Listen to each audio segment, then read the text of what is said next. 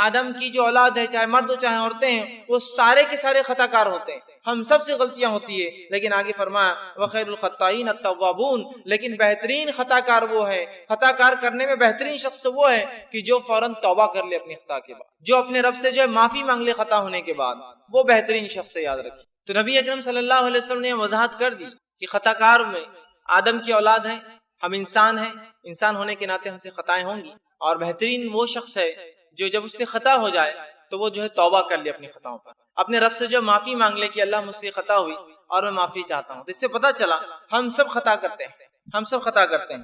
اب ایک غلط فہمی یہ ہوتی ہے کہ توبہ صرف وہ شخص کرے جو گناہ کرتا ہے، توبہ صرف وہ شخص کرے جو گناہ کرتا ہے. اگر اس بات کو ہم درست مان لیں کہ توبہ صرف وہ شخص کرے جو گناہ کرتا ہے، تو ہم تو دیکھتے ہیں کہ انبیاء علیہ السلام نے توبہ کی، جبکہ بہت سی بار مطلب وہ تو معصوم ہوتے ہیں، خطائیں گناہ ان سے نہیں ہوتا، تو انبیاء علیہ السلام نے توبہ کی. قرآن نے تو توبہ کو مومنانہ صفت بتائی، جیسا کہ میں نے آپ کے سامنے تلاوت کی قرآن کی کچھ آیتیں، جس میں سے پہلی آیت سورہ نور سورہ نمبر 24 اس کی آیت میں 31 سے اللہ نے فرمایا وَتُوبُوا إِلَى اللَّهِ جَمِيعًا أَيُّهَا الْمُؤْمِنُونَ لَعَلَّكُمْ تُفْلِحُونَ، اے مومنو تم سب کے سب اللہ سے توبہ کرو تاکہ تم فلاح پاؤ. تو یہاں تو توبہ کو مومنانہ صفت بتایا جا رہا ہے، اور ہم غلط فہمی میں جو ہے وہ ہے کہ توبہ تو صرف وہ کرے جو گناہ کرتا ہے، اور جو توبہ کرتا ہے اس کا مطلب اس نے گناہ کیا ہے. ایسی بات نہیں ہے. توبہ ایک مومنانہ صفت ہے، اور ایک مومن کو چاہیے چاہے اس سے خطائیں ہو یا خطائیں نہ ہو وہ اپنے رب سے توبہ کرتا رہے. دوسری آیت میں اللہ رب العزت نے فرمایا سورہ تحریم سورہ نمبر 66 آیت نمبر 8 میں فرمایا کہا یا ایھا الذین آمنوا توبوا الی اللہ توبۃ نصوحا، اے وہ لوگوں جو ایمان لائے ہو اپنے رب سے توبۃ نصوحا سچی توبہ کرو، ایسی توبہ کرو کہ جس کے بعد پھر پلٹ کر تم گناہوں کی طرف نہ جاؤ.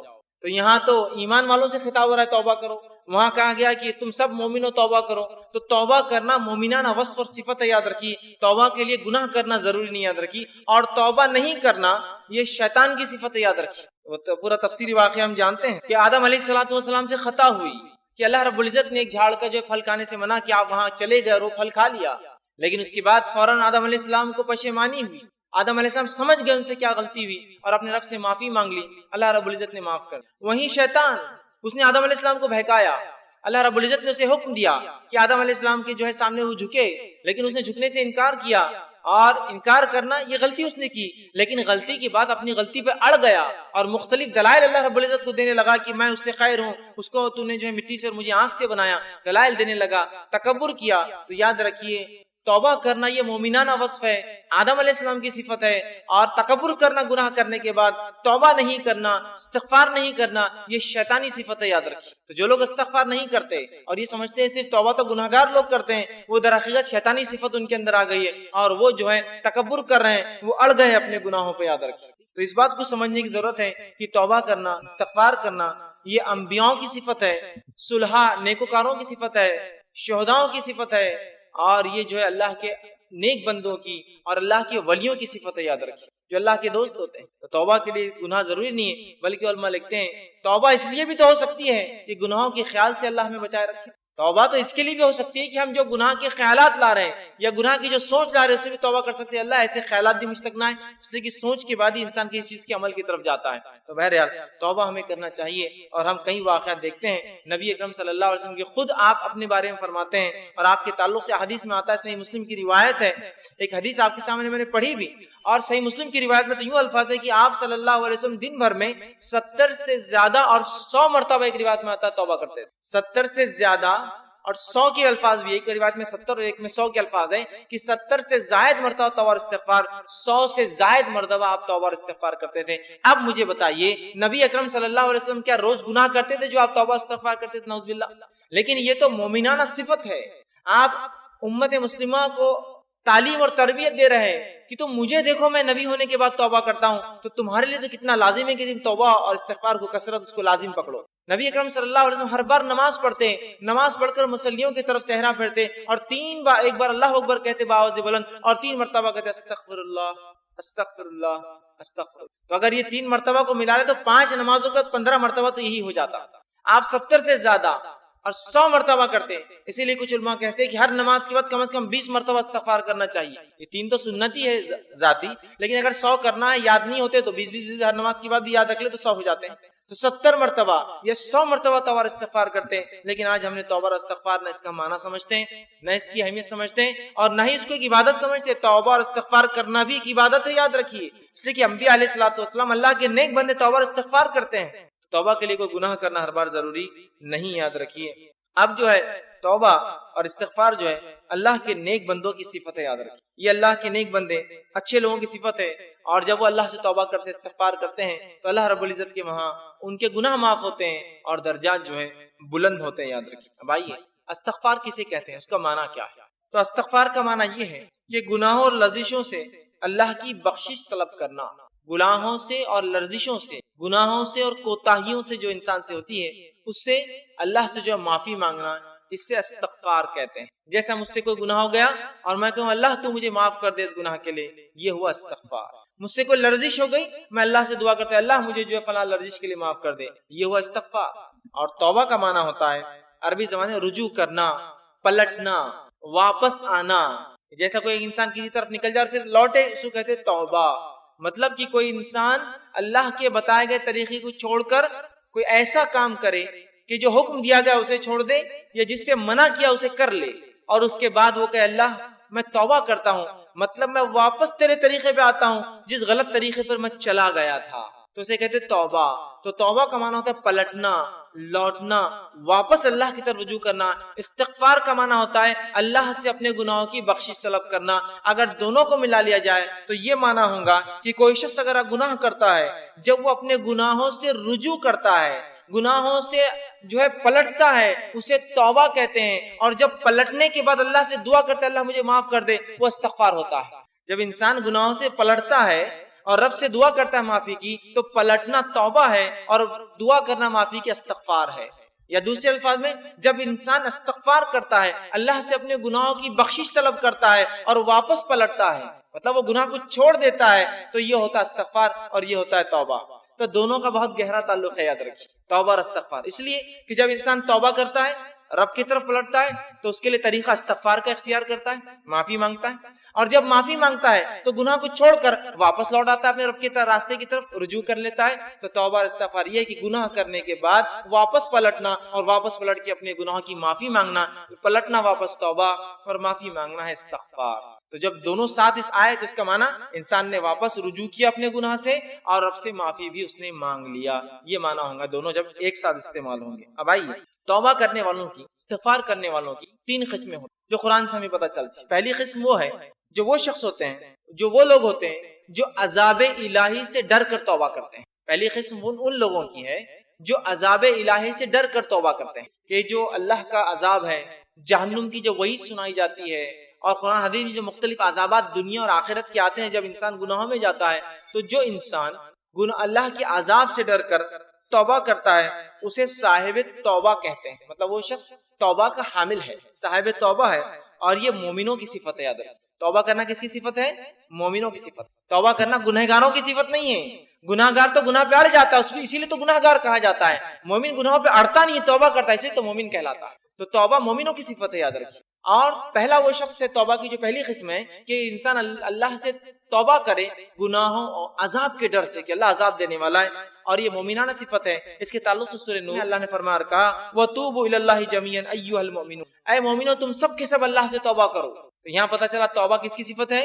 مومنوں کی صفت، کہ جو اللہ کے عذاب سے ڈر کر توبہ کرتے ہیں۔ دوسری صفت ہے توبہ کی، دوسرے لوگ وہ ہے جو توبہ کرتے ہیں۔ توبہ کی دوسری قسم وہ ہے وہ لوگ ہیں جو ثواب اور لالچ کے لیے توبہ کرتے ہیں، کہ توبہ کرنے سے ثواب ملیں گا، ہے نا، اور وہ ثواب کی لالچ اور حرص میں توبہ کرتے ہیں۔ اور یہ صفت صالحین اور اللہ کے جو ولی ہوتے ہیں، نیک صفت لوگ ہوتے ہیں، ان کی صفت۔ یہ توبہ گناہ کی بنیاد پر، یہ اللہ کے عذاب سے ڈر کر نہیں کرتے ہیں، یہ توبہ اس لیے کرتے ہیں کہ ان کو لالچ ہوتی ہے کہ توبہ کرنے کی وجہ سے اللہ ہمارے درجات کو بلند کریں گا، اللہ اس کا اجر دیں گا نا، چونکہ انسان توبہ کر رہا ہے کنٹینیو، تو وہ لالچ میں توبہ کرتے ہیں۔ اور یہ صفت جو ہوتی ہے یہ اللہ کے مقرب بندوں کی، صالحین کی اور اللہ کے ولی صفت لوگوں کی ہوتی ہے۔ اور اللہ رب العزت نے سورہ قاف سورہ نمبر 50 کی آیت نمبر 33 سے فرمایا اور کہا وَجَاءَ بِقَلْبٍ مُنِيبٍ، اور ایسے لوگوں کو یاد رکھیے جو ہے انابت کہتے ہیں۔ اور اللہ نے کہا وَجَاءَ بِقَلْبٍ مُنِيبٍ، اور جو رجوع کر لائے، رجوع کرنے والا دل لے کر آئے۔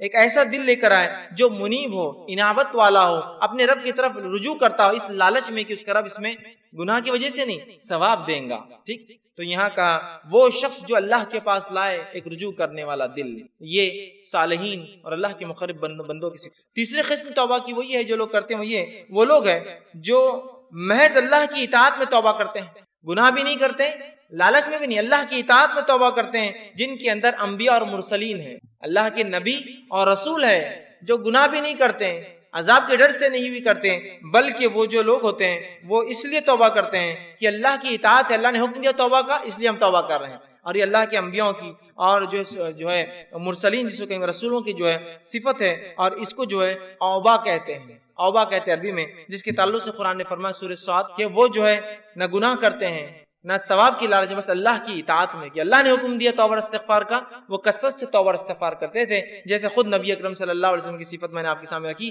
آپ 70 سے زائد یا 100 مرتبہ تک ہر روز جو ہے توبہ کرتے تھے. اب آئیے توبہ اور استغفار جو ہے ہم کوشش کریں کہ جو ہے ہم اپنے اوپر جو ہے لازم کر لے، یاد رکھیں. اور توبہ اور استغفار جو ہے 2 شکلوں کے اندر ہم پر لازم آتا ہے، واجب آتا ہے. دیکھیے، اطاعت میں توبہ کرنا، فرما برداری میں توبہ کرنا، ثواب کی لالچ سے توبہ کرنا، یہ تو اچھی بات ہے. لیکن 2 مقامات ایسے ہوتے ہیں جہاں توبہ اور استغفار کرنا واجب ہے، ضروری ہو جاتا ہے. ہمارے حال تو یہ ہے جہاں واجب ہے وہاں بھی نہیں کرتے، اور جہاں لالچ ہونا چاہیے وہاں بھی نہیں کرتے، نہ کہیں اور کرتے ہیں. 2 شکلوں میں واجب ہے، کمپلسری ہے، فرض ہے.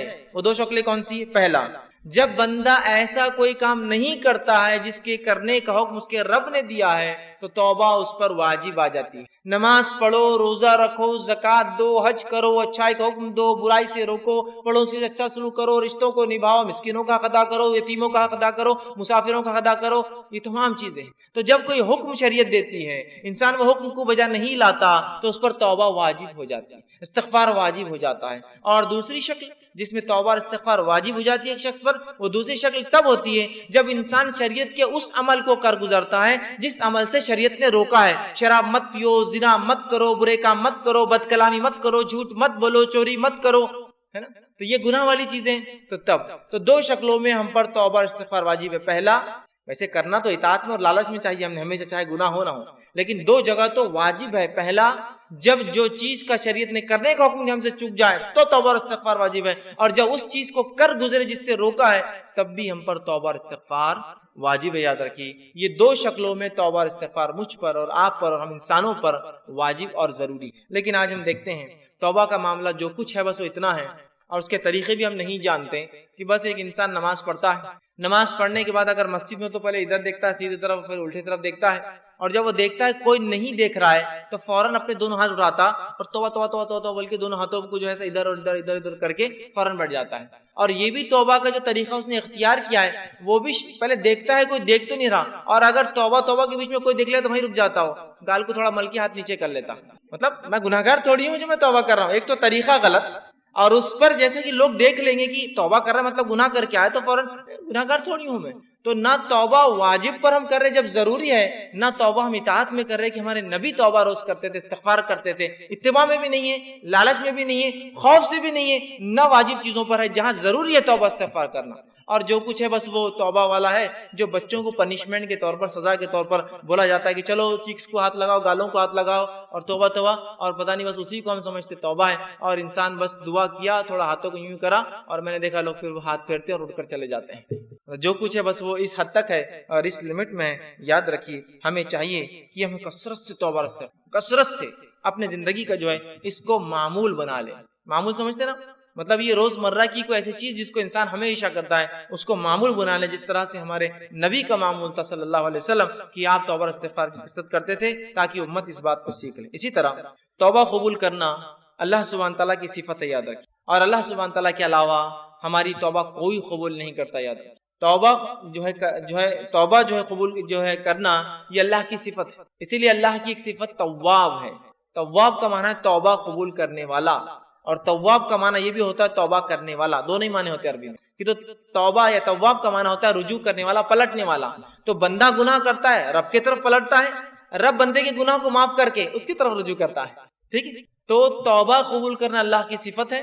اور توبہ اللہ کے علاوہ کوئی قبول نہیں کرتا، یہ بات یاد رکھیے۔ بہت سے لوگ بہت سارے در اور دیواروں پر جا جا کر توبہ کرتے ہیں اور ان سے توبہ کی جو ہے دعائیاں دیتے ہیں۔ توبہ صرف اللہ قبول کرتا ہے، توبہ قبول کرنا اور گناہ معاف کرنا صرف اللہ کی صفت ہے، یاد رکھیے۔ اس کے علاوہ کسی در پر انسان کی توبہ قبول نہیں ہوتی ہے، اور اس کے لیے کوئی گھڑی، کوئی وقت، کوئی پل نہیں۔ انسان کو جب لگے کہ اس سے گناہ ہوا تھا تب تو واجب ہو گئی، اس کے علاوہ بھی جب یاد آئے استغفار، سب سے اتنا تو بول سکتا ہے نا کوئی بھی، میں دعائیں یاد نہیں ہوتی مجھے، استغفار، استغفر اللہ، اتنا تو بول سکتا ہے نا، بس وہ کثرت سے بولتا رہے، کثرت سے بولتا رہے، کیونکہ جب استغفار کرتا ہے اور رب کی طرف خود رجوع کر رہا ہے، توبہ کر رہا ہے ایک طرف، تو کثرت سے اس کو کر لے۔ اور توبہ قبول کرنا اللہ کی صفت ہے، اور اللہ کے علاوہ کوئی توبہ قبول نہیں کرتا ہے۔ اللہ رب العزت سورہ توبہ سورہ نمبر 9 آیت نمبر اس کی 27 میں فرماتا اور کہتا ہے ثم یتوب اللہ من بعد ذلک علی من یشاء واللہ غفور الرحیم، کہ اللہ سبحانہ تعالیٰ فرماتا اور کہتا ہے کہ تم لوگ جو ہے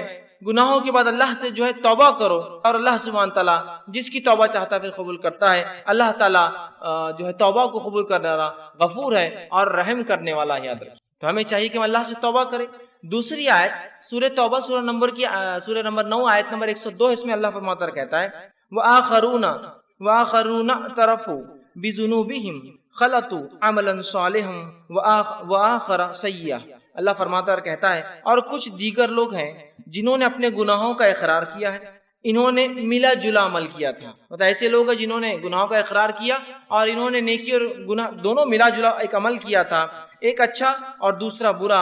امید ہے کہ اللہ ان کی توبہ قبول فرمائے گا، یقین اللہ بہت بخشنے والا اور رحم کرنے والا ہے۔ تو جب انسان سے کوئی عمل ہوتا ہے جس میں اچھائی اور برائی انسان دونوں کرتا ہے، نیکی اور بدی دونوں کرتا ہے، تو رب کی طرف وہ رجوع کرے، رب سے وہ توبہ کرے، اور رب انشاءاللہ عزیز اللہ کو ہم توبہ قبول کرنے والا اور معاف کرنے والا ضرور پائیں گے۔ اسی طرح سے سورہ توبہ سورہ نمبر 9 کی آیت میں 104 میں اللہ نے فرمایا اور کہا الم یعلم ان اللہ هو يقبل توبۃ عن عباده ويأخذ الصدقات وان اللہ هو التواب الرحیم، کہ اللہ سبحانہ وتعالی فرماتا علم یعلم، کہ اس بات کا تم علم حاصل کر لو، اس بات کو تم جان لو کہ وہ اللہ ہی ہے جو تمہاری توباؤں کو قبول کرتا ہے اور تم سے صدقات کو قبول کرتا ہے، اور اللہ تعالیٰ جو ہے بہت توبہ قبول کرنے والا اور بہت رحم کرنے والا ہے۔ تو اللہ ہی جو توبہ قبول کرتا ہے، اللہ ہی ہمارے صدقات کو قبول کرتا ہے، اور اللہ توبہ قبول کرنے والا اور اپنے بندوں پر جو ہے رحم کرنے والا ہے، یاد رکھیں۔ اسی طرح ہم دیکھتے ہیں توبہ اور استغفار اتنی اہم چیز ہے کہ انبیاء علیہ السلام نے اپنی قوموں کو توبہ اور استغفار کی دعوت دی۔ اندازہ لگائیے کیا اہمیت ہے اس توبہ اور استغفار کی، کہ انبیاء علیہ السلام نے اپنی قوموں کو توبہ اور استغفار کی دعوت دی۔ آئیے کچھ نبیوں کی دعوت آپ کے سامنے رکھتا ہوں۔ پہلا واقعہ سورہ ہود سورہ نمبر 11 اس کی آیت نمبر 52 میں، جو ہود علیہ السلام نے اپنی قوم کو دعوت دی، کس چیز کی دعوت دی؟ توبہ اور استغفار کی۔ اللہ رب العزت نے فرمایا اور کہا وَيَا قَوْمِ، اور ہود علیہ السلام نے اپنی قوم سے کہا وَيَا قَوْمِ اسْتَغْفِرُوا رَبَّكُمْ ثُمَّ تُوبُوا إِلَيْهِ، کہ ہود علیہ السلام نے اپنی قوم کا اے میری قوم اللہ سے استغفار کرو، اپنے گناہوں سے جو ہے معافی مانگو، اپنے گناہوں کے لیے رب سے بخشش کرو، ربکم ثم توبوا الیہ، اور اس کی طرف رجوع کرو، یرسل السماء علیکم مدرارا۔ تو اگر تم ایسا کرو گے کہ گناہوں سے معافی مانگو گے، بخشش طلب کرو گے، رجوع کرو گے، تو تم دیکھو گے کہ اس بخشش کے تحت، اس بخشش طلب کی وجہ سے اور رجوع کرنے کی وجہ سے اللہ سبحانہ تعالیٰ تمہارے لیے آسمان سے موسلا دھار بارش برسائیں گا جو نفع بخش ہوتی ہے۔ پھر فرمایا مدرارا وَيَزِدْكُمْ قُوَّةً إِلَىٰ قُوَّتِكُمْ وَلَا تَتَوَلَّوْا مُجْرِمِينَ، اور تمہیں قوت پر قوت عطا کریں گا، اور یقیناً خبردار توبہ کو انکار کر کے، استغفار کا انکار کر کے، اپنے گناہوں سے بخشش طلب نہ کر کے مجرموں میں شامل نہ ہو جانا۔ تو یہاں ہود علیہ السلام اپنی قوم کو دعوت دے رہے ہیں، اور قوم کو دعوت دے کر بتا رہے ہیں توبہ کے بارے میں، اور کہہ رہے ہیں اے میری قوم توبہ کرو، استغفار کرو، رب کی طرف رجوع کرو، تو تم پاؤں گے کہ تمہیں اللہ رب العزت آسمان سے بارش برسائیں گا اور قوت میں اضافہ دیں گا، تمہاری زیادتی کر دیں گا، تم پہ قوت پر قوت عطا فرمائیں گا، اور جو ہے اگر ایسا نہ کیا تو تم مجرم بن جاؤ گے، ایک مجرم قوم میں شامل ہو۔ تو یہاں ہود علیہ السلام اپنی قوم کو دعوت دے رہے ہیں، توبہ کی دعوت دے رہے ہیں، استغفار کی دعوت دے رہے ہیں، اور توبہ اور استغفار نہ کرنے سے مجرم بننے کے بارے میں جو ہے بتا رہے ہیں۔ اسی طرح ہم دیکھتے ہیں سورہ ہود ہی میں سورہ نمبر 11 آیت نمبر 61 میں صالح علیہ السلام کی دعوت کا تذکرہ قرآن نے کیا۔ آپ کی دعوت کے بارے میں قرآن کہتا ہے اور بتاتا ہے، جو سورہ ہود سورہ نمبر 11 آیت نمبر 61 میں اللہ نے فرمایا وَأَنشَأَكُم مِّنَ الْأَرْضِ وَاسْتَعْمَرَكُم فِيهَا وَاسْتَغْفِرُوا ثم توبوا الیہ۔ اللہ رب العزت فرماتا ہے صالح علیہ السلام اپنی قوم کو دعوت دے اور کہہ رہے ہیں هو انشاکم من الارض، کہ وہ کہہ رہے ہیں اسی نے تمہیں زمین میں پیدا کیا، واستعمر، اور تمہیں پھر جو ہے اس زمین کے اوپر آباد کر دیا اور بسا دیا، اور پھر فرماتے ہیں اس سے بخشش مانگو اور اس کے آگے توبہ کرو۔ وہ کہتے ہیں کہ فیہا واستغفروہ، کہ تم اس سے استغفار کرو، ثم توبوا الیہ، اور اے میری قوم اللہ کی طرف رجوع کرو، لوٹو۔ تو یہاں ہم دیکھ رہے ہیں صالح علیہ السلام نے اپنی قوم کو دعوت دی اور اللہ کی طرف رجوع کرنے کا، توبہ کرنے کا حکم دیا۔ آئیے آگے بڑھتے ہیں۔ شعیب علیہ السلام کے بارے میں اللہ نے فرمایا سورہ ہودی میں سورہ نمبر 11 آیت نمبر 90 میں، اور کہا وَاسْتَغْفِرُوا رَبَّكُمْ ثُمَّ تُوبُوا إِلَيْهِ، کہ پھر شعیب علیہ السلام نے اپنی قوم کو دعوت دی اور کہا اے میری قوم اللہ سے استغفار کرو، اپنے گناہوں کی بخشش طلب کرو اور اس کی طرف رجوع کرو، اس کی طرف پلٹ آؤ، اپنے گناہوں سے جو ہے معافی مانگو۔ اب انبیاء علیہ السلام نے نہ صرف قوموں کو توبہ اور استغفار کی دعوت دی، بلکہ انبیاء علیہ السلام نے خود بھی اللہ سے توبہ کی جب ان سے چھوٹی موٹی خطائیں اور لرزشیں ہو جاتی۔ نہ صرف دعوت دی بلکہ خود بھی جب چھوٹی موٹی لرزشیں اور خطائیں ہو جاتی تو انہوں نے بھی اللہ سے توبہ کیا، جس کے تعلق سے مشہور واقعہ ہے آدم علیہ السلام کا، جس کے تعلق سے سورہ بقرہ سورہ نمبر 2 آیت نمبر 37 میں اللہ رب العزت فرمایا اور کہا فَتَلَقَّى آدَمُ مِن رَبِّهِ كَلِمَاتٍ فَتَابَ عَلَيْهِ، تو آدم علیہ السلام کو جب وہ خطا ہوئی کہ جو انہوں نے وہ پھل کھا لیا جس سے منع کیا گیا تھا، تو اللہ نے کہا پھر ہم نے آدم کو کلمات سکھائے اور وہ آدم نے کلمات ادا کیے تاکہ جو ہے فتاب علیہ، اور پھر ہم نے ہمارے طرف آدم نے رجوع کیا اور ہم نے آدم علیہ السلام کو معاف کیا۔ تو آدم علیہ السلام نے خطا کی، اللہ سے معافی مانگی۔ تو انبیاء نے نہ صرف دعوت دی استغفار کی بلکہ ان سے بھی اگر چھوٹی موٹی لرزشیں ہو جائے تو فوراً جو اللہ رب العزت سے انہوں نے رجوع کیا، استغفار کیا اور توبہ کیا۔ دوسرا واقعہ نوح علیہ السلام کا، جب نوح علیہ السلام کے زمانے میں جو ہے عذاب ہے اللہ کا، بارش برسی آسمان سے اور زمین سے خوب پانی نکلا، تو نوح علیہ السلام نے اپنے بیٹے سے کہا میرے بیٹے تم بھی اس کشتی میں سوار ہو جاؤ، اس لیے کہ اس سفینہ اس کشتی کے علاوہ اب کوئی نجات کا ذریعہ نہیں ہو۔ اور نوح علیہ السلام بھی مکالمہ کر ہی رہے تو بیٹے نے کہا کہ اے میرے والد میں بہت اونچی چوٹی پر چڑھ جاؤں گا، یہاں تک پانی نہیں آئے گا۔ اور اسی مکالمے کے بیچ ایک لہر آئی اور نوح علیہ السلام کا بیٹا اس عذاب میں جو ہے مبتلا ہو گیا۔ جب عذاب میں مبتلا ہوا تو نوح علیہ السلام نے اللہ سے دعا کی کہ اللہ میرا بیٹا تو میرے اہل میں سے تھا، پھر کیوں نہیں بچا؟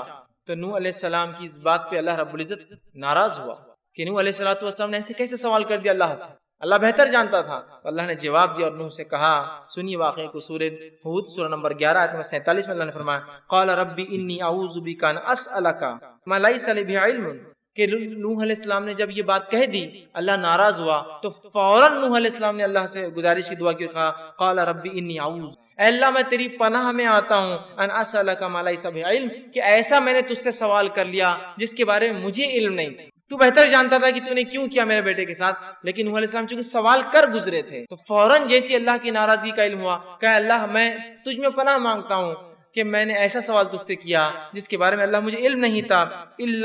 آگے فرماتے علم وَإِلَّا اسْتَغْفِرْ لِي وَتَرْحَمْنِي أَكُن مِّنَ الْخَاسِرِينَ، اور میں تجھ سے توبہ کرتا ہوں، تجھ سے بخشش طلب کرتا ہوں اور تجھ سے رحم طلب کرتا ہوں، اگر ایسا نہ ہوا تو میں تو خسارہ اٹھانے والوں میں سے ہو جاؤں گا اللہ۔ پھر اللہ رب العزت نے نوح علیہ السلام کی توبہ قبول۔ آپ نے ایک سوال کیا تھا، اللہ رب العزت کو ناپسندیدہ گزرا کہ جب اللہ نے عذاب میں ڈال دیا، مبتلا کر دیا آپ کے بیٹے کو، آپ نے سوال نہیں کرنا چاہیے، لیکن بیٹا تھا، سوال آیا ذہن میں کہ کیا بات ہے، جب سوال کر بیٹھے تو اللہ رب العزت نے جواب دیا نوح کہ تمہیں یہ حق نہیں تھا، اور اے نوح بلکہ قرآن کے الفاظ تو اتنے سخت ہیں، اے نوح جاہلوں میں سے نہ ہو جاؤ ایسے سوال کر کے۔ جو ہی اللہ نے کہا نوح علیہ السلام فوراً کہا اللہ بس میں تجھے پناہ مانگتا ہوں، معافی طلب کرتا ہوں، بخشش طلب کرتا ہوں، رحم طلب کرتا ہوں، ورنہ میں تو خسارے میں ہو جاؤں گا، اور اللہ نے بہرحال ان کو معاف کر دیا۔ تو انبیاء علیہ السلام نے صرف دعوت نہیں دی، توبہ کی، وہ کرتے بھی تھے۔ آئیے تیسرا واقعہ موسیٰ علیہ السلام کا قرآن سے ہم لیتے ہیں، سورہ قصص سورہ نمبر 28 آیت نمبر 16 میں اللہ نے فرمایا کہا، موسیٰ علیہ السلام کو قول نقل کیا، قال ربی انی ظلمت نفسی فاغفر لی فتغفر لہ۔ اللہ فرماتا ہے کہ جب موسیٰ علیہ السلام نے دو لوگوں کو لڑتے ہوئے دیکھا، ایک مصری قبطی تھا اور دوسرا اپنی قوم کا بنی اسرائیل سے تھا. دونوں لڑ رہے تھے. جو ہے موسیٰ علیہ السلام نے دونوں کو روکنے کی کوشش کی. جب وہ قبطی نے جو رکنے کا ارادہ نہ دکھایا تو موسیٰ علیہ السلام نے اس نیت سے نہیں کہ اسے مارے، اس نیت سے کہ ڈیفنس اس کو دور کرے، اس کو ایک مکہ مارا. وہ مکہ اتنے زور سے اسے لگا جا کر. اور انبیاء علیہ السلام بہت مکمل انسان ہوتے ہیں، بہت طاقتور انسان ہوتے ہیں. جب وہ مکہ اسے پڑا تو وہ تاب نہ لا سکا اور اسی جگہ وہ مر گیا. ان کا انٹینشن بالکل نہیں تھا کسی کو قتل کرنے کا، لیکن جب اسے پڑا وہ مر گیا. اور جو کچھ واقعہ جو ہی آپ سے یہ خطا ہوئی، فوراً رب سے جو ہے موسیٰ علیہ السلام توبہ کی اور کہا قال ربی انی ظلمت نفسی، اے اللہ یہ تو میں بچانا چاہ رہا تھا لیکن میرے ہاتھ سے یہ قتل ہو گیا، میں نے اپنے نفس سے ظلم کر لیا کہ انسان کو مجھ سے خطا ہوگی کہ میں نے اسے میرے ہاتھ سے مر گیا. نفسی فاغفر لی، تو اللہ مجھے معاف کر، میری بخشش کر. دیکھیے فاغفر لی، میری بخشش کر تو. اور اللہ نے فرمایا فغفر لہ، تو ہم نے اسے معاف کر دیا. اس لیے کہ اس نے، تو اس سے ایک بات یہ بھی پتہ چلتی ہے اگر آپ ان انٹینشنل بھی کوئی کام کرے جو غلط ہو جائے، کسی کو نقصان پہنچ جائے، اس کے لیے بھی اللہ سے توبہ کرنا پڑے. ان انٹینشنلی آپ کا مقصد نہیں تھا، کسی کو آپ ہٹا رہے تھے، بھائی صاحب تھوڑا ہٹ جائیے، وہ گر گیا، ضرور اللہ سے معافی مانگی، اللہ میرا ارادہ نہیں تھا لیکن پھر وہ گر گیا. سمجھ رہے آپ؟ ان انٹینشنل تھا. موسیٰ علیہ السلام تو صرف ڈیفنس بچا رہے تھے، الگ کر رہے تھے دو لوگوں کو، اور اس میں روکنا چاہتے تھے صرف روکنے میں، لیکن اس انسان کو اتنا بھاری پڑا وہ مکہ کی عمر، فوراً توبہ کی اور اللہ نے ان کی توبہ کو قبول کیا. تو ہم دیکھ رہے ہیں جو ہے انبیاء علیہ السلام نہ صرف توبہ کی دعوت دیتے بلکہ توبہ کیا بھی. آئیے ایک اور واقعہ سنیے قرآن سے. موسیٰ علیہ السلام کا واقعہ ہی ہے. موسیٰ علیہ السلام نے اللہ سے ضد کی اور کہا اللہ میں دیکھنا چاہتا ہوں. آپ اللہ نے کہا موسیٰ تم نہیں تاب لا پاؤں گے. کہا نہیں پھر بھی میں کوشش کروں. اچھا کل اچھا ٹھیک ہے، میری ایک تجلی جو ہے اس پہاڑ پر ظاہر ہوں گی. اگر تم وہ تجلی نہیں اس پہاڑ کو دیکھ پائے، جب میری تجلی اس پر طاری ہوں گی تو تم مجھے دیکھ پاؤں گے. پھر کہا ٹھیک ہے. اور جو ہی تجلی کا ایک حصہ اس پہ آیا وہ پہاڑ ریزہ ریزہ ہو کے برباد ہو گیا اور موسیٰ علیہ السلام بے ہوش ہو کے گر گئے. جب ہوش میں آئے تو اللہ نے واقعہ بیان کیا سورہ اعراف سورہ نمبر 7 کی آیت نمبر 143 میں. اور آپ نے موسیٰ علیہ السلام اللہ سے دعا کی اور کہا فلما افاقا، جب رفاقہ ہوا، ہوش میں آئے تو فوراً کہا افاقا قال سبحانک تبت الیک وانا اول المؤمنین، اے اللہ میں تیری طرف رجوع کرتا ہوں، تجھ سے توبہ کرتا ہوں کہ میں نے ایسا تجھ سے جو ڈیمانڈ کر لیا، سوال کر لیا جو نہیں کرنا چاہیے تھا، اور میں سب سے پہلے ایمان لانے والوں میں سے ہوں، میں سب سے پہلے ایمان لانے والوں میں. تو یہاں آپ دیکھ رہے ہیں، ہم دیکھ رہے ہیں کہ موسیٰ علیہ السلام نے بھی اللہ رب العزت سے توبہ استغفار کیا. تو توبہ اور استغفار نہ صرف انبیاء نے دعوت دی بلکہ ان کی صفت بھی ہے. اور ایسے بہت سارے واقعات، اتنا وقت نہیں ہے کہ میں تمام واقعات انبیاء کی رکھوں. آئیے توبہ اور استغفار کے فائدے کیا ہوتے ہیں. اگر انسان توبہ کرتا ہے، استغفار کرتا ہے تو کیا بینیفٹس اس کو ملتے ہیں اس چیز کے، وہ بھی ہم دیکھتے ہیں. چلیے آئیے. اللہ رب العزت سے جب ایک بندہ توبہ کرتا ہے، استغفار کرتا ہے، تو بہت سارے دنیا کے فائدے اور بہت سارے آخرت کے فائدے اٹھاتا ہے. یہ فائدوں کو میں اس لیے رکھ رہا ہوں جس کو فضائل کہتے ہیں. یہ فضائل جاننے سے انشاءاللہ عزیز ہمارے دل میں ایک جذبہ پیدا ہوگا توبہ اور استغفار کا. اور نہ صرف ہم اپنے گناہوں پر توبہ اور استغفار کریں گے جو کہ ہم بھول چکے ہیں توبہ اور استغفار اپنے گناہوں پر بھی، بلکہ ہم گناہوں کے علاوہ بھی توبہ اور استغفار کو اپنے زندگی کا معمول بنا لیں گے. تو آئیے کچھ فضائل دیکھتے ہیں توبہ کے. پہلا فائدہ توبہ کا وہ یہ ہے کہ جو لوگ توبہ کرتے ہیں، اللہ سے اس کی طرف پلٹتے استغفار کرتے ہیں، وہ اللہ کے محبوب ترین بندے ہیں، پسندیدہ لوگ ہیں. اور اللہ رب العزت قرآن میں فرماتا ہے سورہ بقرہ سورہ نمبر 2 آیت نمبر 222 میں اللہ فرماتا ہے اور کہتا ہے ان اللہ یحب التوابین ویحب المتطہرین، اللہ توبہ قبول کرنے والوں کو، رجوع کرنے والوں کو، گناہوں سے پلٹنے والوں کو، اور پاکیزہ رہنے والوں کو، صاف ستھرے رہنے والوں کو پسند کرتا ہے. تو توبہ کرنے کا پہلا فائدہ اللہ کی محبت انسان کو حاصل، اور اس کے محبوب بندوں میں اس کا شمار ہوتا ہے، اس لیے کہ اللہ محبوب کو رکھتا ہے، پسند کرتا ہے توبہ کرنے والوں. دوسرا فائدہ توبہ کرنے کا جو کہ انسان کو ملتا ہے وہ کیا ہے؟ اللہ اسے بخش دیتا ہے. توبہ کرنے والے کو اللہ بخش دیتا ہے، معاف کر دیتا ہے، اس کی خطاؤں کو درگزر کر دیتا ہے. اللہ رب العزت قرآن میں فرماتا ہے سورہ طٰہٰ سورہ نمبر 20 آیت نمبر 82، اللہ فرماتا ہے وَإِنِّي لَغَفَّارٌ لِمَن تَابَ وَآمَنَ وَعَمِلَ صَالِحًا ثُمَّ اهْتَدَىٰ. سن لیجئے کیا فرماتا اللہ کہ میں جو ہے لوگوں کو معاف کرتا ہوں، لمن تابا، جو میری طرف رجوع کرتا ہے، جو میرے سے توبہ کرتا ہے میں اسے معاف کرتا ہوں، لیکن کنڈیشنل ہے میری معافی. پہلی شرط معافی کے لیے وہ آمنا، وہ ایمان والا ہو، وہ عمل صالحا، اور پھر نیک کام کرے توبہ کرنے کے بعد. اس کا ہرگز معلوم مطلب یہ نہیں کہ توبہ کر لیا مطلب نیا اکاؤنٹ کھولنے کی اجازت مل گئی مجھے اب گناہ کرنے کی. توبہ کرتا ہے ایمان والا انسان اور پھر نیک کام کرتا ہے تو اللہ رب العزت فرماتا ہے وَإِنِّي لَغَفَّارٌ لِمَن تَابَ کہ ان لوگوں کی میں توبہ قبول کرتا ہوں جو مجھ سے توبہ کرتے ہیں اور انہیں معاف کر دیتا ہوں اور پھر وہ ایمان لائے اور نیک عمل پھر کرتے رہے اور اس معاملے پہ جم جائے، اس معاملے پہ اڑ جائے۔ تیسرا فائدہ، چوتھا فائدہ اور پانچواں فائدہ، چونکہ ایک ہی حدیث میں آتا ہے اس لیے میں ایک ساتھ رکھوں گا۔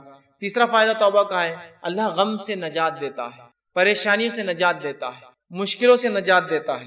چوتھا فائدہ، تنگ دستی دور کرتا ہے۔ سبحان اللہ، ہم نے سوچا بھی نہیں تھا توبہ اور استغفار کا تعلق تنگ دستی سے بھی ہو سکتا ہے، یا توبہ استغفار کرنے سے رزق میں کشادگی بھی آ سکتی ہے، مال و دولت میں فراوانی بھی ہو سکتی ہے۔ اس لیے کہ توبہ کرنے کا ایک فائدہ ہے تنگ دستی سے اللہ نجات دیتا ہے۔ اور پانچواں فائدہ توبہ کا معلوم آپ کو کیا ہے؟ ایسی جگہ سے روزی دیتا ہے جہاں سے سوچا بھی نہیں ہو۔ تنگ دستی بھی دور ہوتی ہے، غم بھی دور ہوتے ہیں، اور ایسی جگہ سے روزی ملتی ہے، روزی سمجھتے ہیں نا آپ، رزق ملتا ہے جہاں سے سوچا بھی نہیں ہوگا، گمان بھی نہیں کیا ہوگا، فہم میں بھی نہیں لایا ہوگا اس نے۔ آئیے حدیث اس طرح سے ابو داؤد کی روایت ہے، تینوں فائدے ایک ہی حدیث میں۔ پہلا، جو شخص استغفار کو لازم پکڑ لیتا ہے، استغفار کو اپنے نفس سے لازم کر لیتا ہے، پکڑتا ہے، تو اللہ تعالیٰ اس کے لیے ہر غم سے نجات کا راستہ نکالتا ہے۔ ہر غم، آج کون سا ہے نا جو انسان ہے جو غم زدہ نہیں ہے، پریشان حال نہیں ہے؟ بتائیے مجھے، وہ کہہ سکتا ہے کہ مکمل طور 100% خوش ہوں؟ ہم تو ہر حال میں اللہ کا شکر تو ادا کرتے ہیں، لیکن کہیں نہ کہیں پریشانیاں ہیں۔ پریشانیوں کا حل توبہ اور استغفار۔ ہم نے تو کبھی سوچا ہی نہیں تھا کہ غم کا علاج بھی استغفار ہو سکتا ہے۔ ہر غم سے اللہ نجات دیتا ہے استغفار کی بنیاد پہ، اس کی فضیلت یہ ہے۔ دوسرا، ہر تنگ دستی سے کشادگی کی طرف لے آتا ہے، ہر قسم کی غربت اور تنگ دستی سے نکال کے کشادگی کی طرف لاتا ہے۔ اور تیسرا، صرف تنگ دستی اور تنگ دستی سے نکال کے کشادگی کی طرف نہیں لاتا ہے، ایسی جگہ سے روزی دیتا ہے جہاں سے اس نے گمان بھی نہ کیا ہو، سوچا بھی نہ ہو۔ یاد رکھیں، سوچا بھی نہ ہو۔ کیا فائدے ہیں استغفار اور توبہ؟ روزی میں برکت، ایسی جگہ سے روزی جہاں سے سوچا نہ ہوگا، ہر غم سے نجات۔ کوئی کہتا میرے گھر میں بیماری ہے، میں غم زدہ ہوں، استغفار کی کثرت۔ کوئی کہہ رہا ہے مجھے تنگ دستی ہے، استغفار کی کثرت۔ کوئی کہہ رہا ہے مجھے جو مال و دولت کی کمی ہے، استغفار کی کثرت کیجئے تو صحیح، آپ دیکھیے اللہ کیسی رحمت ہے۔ اور کوئی کہے مال و دولت تو ہے، برکت نہیں ہے، استغفار کیجئے، اس لیے کہ اللہ نے مال و دولت کی برکت چھین لی نا آپ کی۔ رزق میں اضافہ کہاں ہو رہا ہے؟ مال تو تعداد کوانٹٹی وائز بہت ہے، لیکن دل کہاں سکون میں ہے؟ استغفار نہیں کر رہے ہیں۔ استغفار کی کثرت، استغفار کی کثرت، استغفار کو معمول بنا لیجیے۔ تین عظیم فائدے ایک ہی حدیث میں استغفار کے، غم سے نجات، تنگ دستی سے کشادگی کی طرف، اور ایسی جگہ سے روزی دیتا ہے جہاں سے سوچا بھی نہیں۔ اسی طرح غم سے نجات کے تعلق سے چھوٹا سا واقعہ رکھ دیتا ہوں صرف آپ کے سامنے، چونکہ ہمارے حالت میں ایسے واقعات ہوتے ہیں، ہمارے ماحول میں اس لیے رکھ رہا ہوں کہ نبی اکرم صلی اللہ علیہ وسلم کے پاس ایک صحابہ اور ایک صحابی آئے جن کے بیٹے کو گرفتار دشمنوں نے پکڑ لیا، اور نہ صرف پکڑا، خبر ملی کہ بہت مضبوط زنجیروں کے اندر اس کے پیر باندھ دیے۔ وائے اور کہا اللہ کے رسول صلی اللہ علیہ وسلم، دشمنوں نے جو ہے ہمارے بچے کو پکڑ لیا، آپ کچھ بتائیے کیا کیا جائے، کیا کرا جائے کہ ہمارا جو ہے بچہ واپس آ جائے، میرا بیٹا جو ہے واپس آ جائے، وہ ماں اور باپ دونوں آئے۔ اللہ کے رسول صلی اللہ علیہ وسلم نے کہا استغفار کرو۔ وہ کہتے ہیں کہ وہ دونوں گھر گئے، استغفار کی خوب کثرت، اور ان کے بیٹے کہتے ہیں کہ جب میں بیڑیوں میں جکڑا تھا، اچانک ایسا ہوا کہ میری پیروں کی دونوں بیڑیاں ٹوٹ گئی، اچانک رات میں دونوں بیڑیاں ٹوٹ گئی۔ جب بیڑیاں ٹوٹ گئی تو میں پریشان ہو گئی، یہ کیا ہوا؟ لوہے کی زنجیریں تھی وہ بیڑیاں بولتے لوہے کی موٹی موٹی زنجیروں میں جب قیدی کو قید کیا جاتا ہے جو آسانی سے نہیں ٹوٹتی، یاد رکھیے، ٹوٹ گئی۔ میں پریشان ہوا، اور ایک اونٹ میں نے پکڑا، وہ ایک اونٹنی میں نے لی، اس پہ سوار ہوا اور بھاگنے لگا۔ جب میں اس اونٹنی پر بیٹھ کر بھاگنے لگا تو سارے اونٹ باڑے کے نکل کے میرے پیچھے بھاگنے لگے۔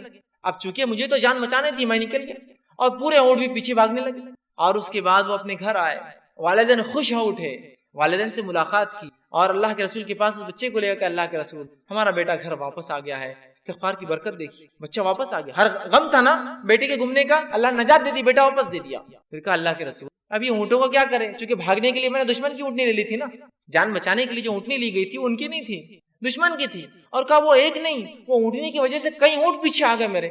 تو اللہ کے رسول نے کہا یہ رزق ہے جو اللہ نے تمہیں دیا بغیر سوچے کہ، مطلب ایسی جگہ سے دیا جو تم استعمال کرو ان اونٹوں کو اور ان اونٹوں کو، اور ان کو سارے اونٹ دے دے۔ دیکھیے نا، ایک تو نجات ملی استغفار سے، اور دوسرا رزق بھی مل گیا جہاں سے سوچا بھی نہیں تھا۔ دشمن کا رزق، مطلب دشمن کے پاس کی چیز گھر آ گئی اپنی۔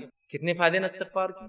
آئیے استغفار کے اور فائدے سے، چھٹا، ساتواں، آٹھواں، نواں فائدہ ایک ہی آیت کے اندر آتا ہے، اس لیے 4 فائدے رکھ رہا ہوں۔ چھٹا فائدہ، بہترین اللہ موسلا دار بارش برساتا ہے استغفار کی کثرت سے۔ اسی طرح مال میں اضافہ کرتا ہے اللہ جو ہے استغفار کی کثرت سے اور توبہ کی کثرت سے۔ اولاد میں ترقی دیتا ہے اللہ استغفار اور توبہ کی کثرت سے۔ اور باغات اور نہریں نکال دیتا ہے، رزق کا ذریعہ بنا دیتا ہے استغفار کی کثرت سے۔ اللہ رب العزت نے سورہ نوح سورہ نمبر 71 آیت نمبر 10، 11 اور 12 میں فرمایا اور کہا، نوح علیہ السلام نے اپنی قوم کو دعوت دی، اور دعوت دیتے وقت وہ انہیں کیا کہہ رہے سنیے، وہ کہتے ہیں قُلْتُ اسْتَغْفِرُوا رَبَّكُمْ إِنَّهُ كَانَ غَفَّارًا، اے میری قوم اپنے رب سے استغفار کرو اپنے گناہوں کے لیے، تم شرک جیسی برے جرم میں جو ہے پھنسے ہوئے ہو، اپنے رب سے معافی مانگو جو انہ کان غفارا، تمہارا رب ہمارا رب ضرور ہمیں معاف کرے گا اس گناہ کے لیے بھی اور تمام چیزوں کے لیے۔ یرسل السماء علیکم مدرا، اور جب تم توبہ کرو گے تو آسمان سے موسلا دھار بارش برسائیں گا جو نفع بخش ہوتی ہے، نقصان دہ نہیں ہوتی۔ یرسل السماء علیکم مدرارا، کس وجہ سے؟ ایمان لانے کے بعد اگر استغفار کرو گے تو آسمان سے بہترین موسلا دھار بارش برسائیں گا۔ پھر فرمایا وَيُمْدِدْكُمْ بِأَمْوَالٍ وَبَنِينَ، اور تمہیں مال میں، دیکھیے مال کا سیدھا لفظ ہے، رزق کا لفظ ہے، رزق میں مال اولاد سب آتا ہے۔ وَيُمْدِدْ، تمہیں بڑھاوا دیں گا، مالی و بنین، مال میں، روپی اور پیسے میں، اور لڑکوں میں اضافہ کریں گا تمہارا، ہے نا؟ انسان کیا چاہتا ہے اپنے لیے؟ تو کہا تم چاہتے ہو نا رب سے اولاد اور لڑکے، تو اس میں اضافہ کریں گا تمہارے۔ تو جو لوگ بے اولاد ہوں استغفار کی کثرت، بارش نہیں ہو رہی ہے استغفار کی کثرت، چونکہ نوح علیہ السلام کہہ رہے ایمان کے بعد استغفار کرو گے تو بارش برسائیں گا، مال و دولت میں اضافہ کریں گا، اولاد عطا فرمائیں گا تمہیں۔ پھر فرمایا وَيَجْعَلْ لَكُمْ جَنَّاتٍ وَيَجْعَلْ لَكُمْ أَنْهَارًا، اور تمہارے لیے بہترین باغات میسر کر دیں گا، اور صرف باغات نہیں بہترین نہریں جاری کر دیں گا کہ نہ صرف کھیتی ہو، پانی والی کھیتی تمہیں عطا فرمائے۔ چار فائدے دیکھیں استغفار کے کیسے ایک ہی ساتھ آ رہے ہیں۔ بارش کا بہترین برسنا، دوسرا فائدہ ہم دیکھ رہے ہیں اس کے اندر وہ یہ ہے کہ مال میں اضافہ، اولاد میں اضافہ، اور کھیتی باڑی اور نہروں کے اندر اضافہ اللہ تعالیٰ کر دیتا ہے۔ 10واں فائدہ استغفار کا وہ یہ ہے انسان کا دل سیاہ کالا ہونے سے بچ جاتا ہے۔ نبی اکرم صلی اللہ علیہ وسلم فرماتے ہیں، مستدرک حاکم کی روایت آپ نے فرمایا، بندہ جب گناہ کرتا ہے تو اس کے دل پر ایک کالا سیاہ داغ پڑ جاتا ہے، ایک سپاٹ آ جاتا ہے۔ اگر وہ استغفار کر لیتا ہے تو سپاٹ مٹا دیا جاتا ہے، وائپ آؤٹ کر دیا جاتا ہے، صاف کر دیا جاتا ہے۔ لیکن اگر وہ توبہ اور استغفار نہیں کرتا تو داغ بڑھتا جاتا ہے، بڑھتا جاتا ہے، بڑھتا جاتا ہے، حتیٰ کہ اس کا پورا دل کالا ہو جاتا ہے۔ تو اگر انسان توبہ استغفار کرتا ہے تو دل صاف ہو جاتا ہے، وہ دھبا دل سے نکل جاتا ہے جو گناہ کی وجہ سے لگ جاتا ہے دلوں کے اوپر۔ لیکن آج گناہ کرنے کے بعد بھی ہم کہاں رجوع کرتے استغفار کر، ہے نا؟ اسی لیے کہا جاتا ہے ہمارے دل تو آج کالے ہو چکے، اس لیے کہ ہمارے اعمال کالے ہیں۔ استغفار کرنے سے دھبا مٹتا چلا جاتا ہے، گناہ ہوئے استغفار کیجیے، توبہ کیجیے، دھبا مٹ جائیں گے، تو دل کالے ہونے سے بچ جاتا ہے۔ اور جب استغفار کرتا ہے تو دل چمکا دیا جاتا ہے، صاف کر دیا جاتا ہے۔ اسی طرح 11واں فائدہ توبہ اور استغفار کا وہ یہ ہے کہ توبہ اور استغفار سے کتنا ہی گناہ، بڑا گناہ کیوں نہ اللہ معاف کر دیتا ہے۔ توبہ اور استغفار جب انسان کرتا ہے نا، کتنا ہی بڑا گناہ آپ نے اور ہم نے کیوں نہ کیا ہو، اللہ معاف کر، کتنا ہی بڑا۔ اور سب سے بڑا دنیا میں گناہ کون سا ہے؟ اللہ کے ساتھ شرک کرنا۔ اگر شرک کرنے والا بھی توبہ کرے سچی، تو سچی توبہ کے بعد اللہ اس کے شرک کو بھی معاف کر دیتا ہے، زنا کو بھی معاف کر دیتا ہے، کفر کو بھی معاف کر دیتا ہے، نفاق کو بھی معاف کر دیتا ہے، ہر قسم کے گناہ کو معاف کر دیتا ہے۔ اور نماز اگر چھوڑتا ہے، تارک الصلاۃ ہے، نماز چھوڑنے والا، تو اس کے گناہ معاف ہو جائیں گے۔ لیکن توبہ سچ، اور توبہ کی شرائط میں بھرا انشاءاللہ آگے آؤں گا، لیکن جو بات آیت گزری آگے وہ یہ ہے کہ ایمان لانے کے بعد عمل صالح بڑھ جائے، یہ توبہ کی شرائط ہے۔ ورنہ یہ نہیں کہ توبہ کر لی اور اگلا گناہ کرنا پھر گناہ کرنے سے ہر گناہ کی معافی، توبہ کرنے سے ہر گناہ کی معافی ملتی ہے، ہر گناہ کی۔ شرط یہ ہے کہ موت سے پہلے یا قیامت کی کوئی بڑی علامت آنے سے پہلے، موت سے پہلے۔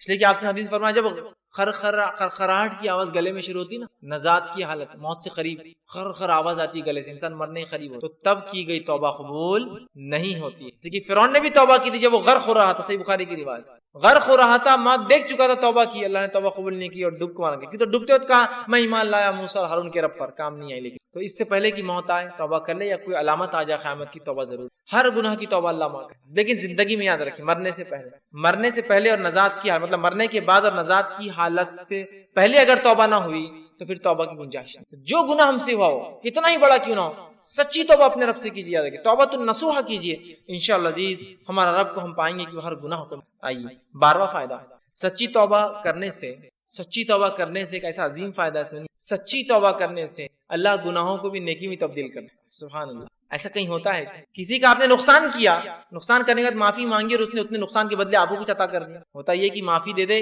تو بڑی بات ہے، نہیں تو چیز بھر کی بھی دینا پڑتی، معافی مانگنا پڑتی، زندگی بھر کی دشمنی بھی رہتی باقی۔ گناہوں کو نیکی میں تبدیل کرنے اگر توبہ سچی ہو تو نبی اکرم صلی اللہ علیہ وسلم کے پاس ایک ایسا قبیلہ آیا عرب کا جو لوٹ مار کرتا تھا، راستوں مسافروں کو لوٹتا تھا، اور وہی ان کے انکم کا ذریعہ تھا، خون خرابہ، قتل، غارت گری، شرک اور کفر اور لوٹ مار۔ وائے کہ اللہ کے رسول، کیا ہماری توبہ ہے؟ ہم اگر توبہ کرنا چاہتے ہیں کہ ہماری توبہ ہے، جو اتنے گناہ ہم زندگی میں کر چکے ہیں، اور آج کون سا ایسا انسان ہے دنیا میں جو معافی نہیں چاہتا اپنے گناہوں کے لیے؟ راستہ یہ ہے معافی کا، راستہ یہ ہے معافی۔ ہر انسان چاہتا ہے اسے گناہ معاف ہو، ہر انسان ریپینٹ کرنا چاہتا ہے، توبہ کرنا چاہتا ہے، استغفار کرنا چاہتا ہے اپنے رب، یہ ہے طریقہ۔ تو کہا ہماری کوئی توبہ ہے؟ اللہ رب العزت نے ایک پوری طویل آیت نازل کی کہ وہ لوگ جو کفر کرتے ہیں، قتل کرتے ہیں، ٹھیک ہے، اور جو ہے اسی میں جو ہے کفر اور شرک اور قتل و غارتگری میں ان کی موت آ جاتی ہے، تو اللہ ان سے عذاب کو نہیں ہٹائیں گا۔ لیکن آگے فرمایا جو کہ جو ہے آیت اس طرح سے اللہ فرماتا ہے الا من تاب وعمل عملا صالحا فاولئک یبدل اللہ سیئاتہم حسنات وکان اللہ غفورا رحیما۔ اللہ نے فرمایا الا من تابا، ان گناہوں کے بعد اگر کوئی توبہ کر لے، شرک کیا تھا، ختم کیا تھا، جو کچھ کیا تھا، اگر توبہ کر لے، وہ آمنا، اور پہلی شرط ایمان لائے، اور الحمدللہ ہم تو مسلمان ہیں تو ایمان والے ہم ہیں ہی۔ اس کے بعد دوسری شرط وہ عمل عملا صالحا، اور اس کے بعد نیک کام شروع کر دے، عمل صالحا فاولئک، تو اللہ پھر اس عمل کے بدلے کی ایمان والا ہے، سچی توبہ کیا، اولئک یبدل اللہ سیئاتہم، تو اللہ بدل لیں گا ان کے گناہوں کو حسنات، نیکیوں کے اندر۔ اور آگے فرمایا وَكَانَ اللَّهُ غَفُورًا رَحِيمًا، اور اللہ تعالیٰ تو معاف کرنے والا اور رحم کرنے والا۔ تو گناہ بھی نیکی میں تبدیل ہو سکتے ہیں اگر سچی توبہ انسان کی۔ اسی طرح ابن ماجہ کی روایت ہے، آپ صلی اللہ علیہ وسلم فرماتے کہتے ہیں اگر تم اس قدر گناہ کرو کہ تمہارے گناہ آسمان تک پہنچ جائے، لیکن ان حدیثوں کو بالکل رائٹ کانٹیکسٹ میں لیجئے، بالکل صحیح معنوں میں لیجئے، یہ حدیث دلیل نہیں ہے گناہ کرنے کی، جو ہو جاتے ہیں اس کی معافی کی دلیل، رائٹ کانٹیکسٹ۔ تو اللہ کے رسول فرماتے ہیں کہ اگر تمہارے گناہ آسمانوں تک بھی اگر چھوں گے، ٹھیک ہے، اگر تم اس قدر گناہ کرو کہ تمہارے گناہ آسمانوں تک پہنچ جائیں گے، پھر تم توبہ کر لو تو اللہ تمہاری توبہ کو قبول کریں گے۔ اگر کسی انسان نے ایسے بھی گناہ کیے ہو جو آسمانوں تک چھو رہے جا کر، لیکن وہ اللہ کی ذات سے ان گناہوں پہ کبھی نا امید نہ ہو، یاد رکھیں، بلکہ اگر سچی توبہ کرتا ہے تو انشاءاللہ عزیز اپنے رب کو وہ توبہ قبول کرنے والا اور معاف کرنے والا ضرور پائیں گا، لیکن توبہ سچی ہو، اس کے شرائط کے ساتھ، یاد رکھیے۔ چلیے آئیے آگے 13ویں چیز، 13واں فائدہ جو ہم توبہ کا فائدہ اٹھاتے ہیں اور جو ہے استغفار کا، آدمی سچی توبہ کی وجہ سے جنت کا مستحق بن جاتا ہے، سچی توبہ کی وجہ سے جنت کا مستحق بن جاتا ہے۔ اللہ رب العزت نے سورہ تحریم سورہ نمبر 66 آیت نمبر 8 میں فرمایا یا ایھا الذین آمنوا توبوا الی اللہ توبۃ نصوحا، اے وہ لوگو جو ایمان لائے ہو اللہ سے سچی توبہ کرو، سچا رجوع کرو، سچے ڈھنگ سے اس کی طرف پلٹو اور گناہوں سے اپنی معافی مانگو، تو نصوحا عسیٰ ربکم ان یکفر عنکم سیئاتکم، تو ہو سکتا ہے تمہارا رب پھر تم سے تمہارے گناہوں کی مغفرت کر دے، اس کا کفارہ کر دے، اسے معاف کر دے، سیئاتکم ویدخلکم جنات تجری من تحتها الانہار، اور تمہیں ایسی جنتوں میں داخل کر دے جس کے نیچے ندیاں نہریں بہتی۔ توبہ کرنے کا فائدہ، انسان جنت کا مستحق بن جاتا ہے۔ 14واں اور آخری فائدہ جو آج میں رکھوں گا توبہ کا وہ یہ ہے، جب انسان سچی توبہ کرتا ہے، سچے طور سے ندامت ہوتا ہے، توبہ کرتا ہے، تو جو ہے اللہ رب العزت جو ہے اس سے خوش ہوتا ہے۔ انسان جب توبہ کرتا ہے تو اللہ خوش ہوتا ہے، ناراض نہیں ہوتا۔ ہاں ناراض تو ان سے ہوتا ہے جو گناہ کرے اور اڑ جائے اس پر، لیکن جو توبہ کرتے ہیں اللہ خوش ہوتا ہے۔ حدیث کے الفاظ اس طرح سے جو توبہ کے بارے میں نبی اکرم صلی اللہ علیہ وسلم فرماتے ہیں کہ اللہ خوش ہوتا ہے، اور حدیث اس طرح سے جو صحیح بخاری کی روایت ہے، آپ صلی اللہ علیہ وسلم فرماتے ہیں کہ اللہ اپنے بندے کی توبہ پر ایسا خوش ہوتا ہے، جب بندہ توبہ کرتا اللہ ایسا خوش ہوتا ہے جیسے کہ ایک شخص سفر پر نکلا ہو، مسافر ہو، سفر کر کے چل جا رہا ہو، اور ایک جگہ اپنے اونٹ کو باندھے اور لیٹ جائے ریگستان کے بیچ میں، اور جب وہ جاگے تو اس کا اونٹ چلا جائے، وہ تھوڑا نکل کر ڈھونڈتا ہے اپنے اونٹ کو، اس کا اونٹ اسے نظر نہیں آتا، تو پھر وہ واپس آتا ہے اور سوچتا ہے کہ اب ریگستان میں گھوم کے مرنے سے اچھا ہے جہاں لیٹا تھا اس چھوٹے درخت کے نیچے لیٹ جاؤں تو مجھے موت آ جائے، کیونکہ اب ریگستان میں اونٹ گھومنا مطلب موت ہے اور کوئی راستہ نہیں۔ وہ آ کر لیٹ جاتا ہے، اور جب لیٹ جاتا ہے تھوڑی دیر بعد دیکھتا ہے تو اس کا اونٹ پورے مال کے ساتھ جوں کا تو کھڑا ہے۔ ایک تو ریگستان، اس پر اکیلا مسافر، اور اس پر اونٹ کا واپس آنا، یہ بہت تعجب کی بات ہے۔ جو لوگ عرب ہیں وہ جانتے ہیں، جو لوگ اونٹ پالتے ہیں وہ جانتے ہیں اونٹ کبھی زندگی میں پالتو نہیں ہوتا۔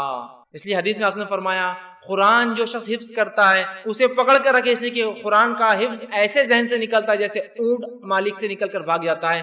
ایک اونٹ کو آپ 100 سال پالیے، 100 سال بعد رسی ایک بار کھلی چھوڑیے، ایسے بھاگے گا کہ کبھی واپس لوٹ کر نہیں آئے، لیکن اس کا اونٹ واپس مال کے ساتھ آ جاتا ہے۔ اس لیے خوشی کی بات کر، اور وہ خوشی سے جھوم اٹھتا ہے اور کہتا ہے خوشی میں اے اللہ میں تیرا رب اور تو میرا بندہ، خوشی میں، کیونکہ اس کو سمجھتا نہیں کیا بولوں اس خوشی کے اندر، تو کہتا ہے اللہ میں تیرا رب اور تو میرا بندہ، اس آدمی سے بھی زیادہ اللہ خوش ہوتا ہے جب کوئی شخص توبہ کرتا ہے.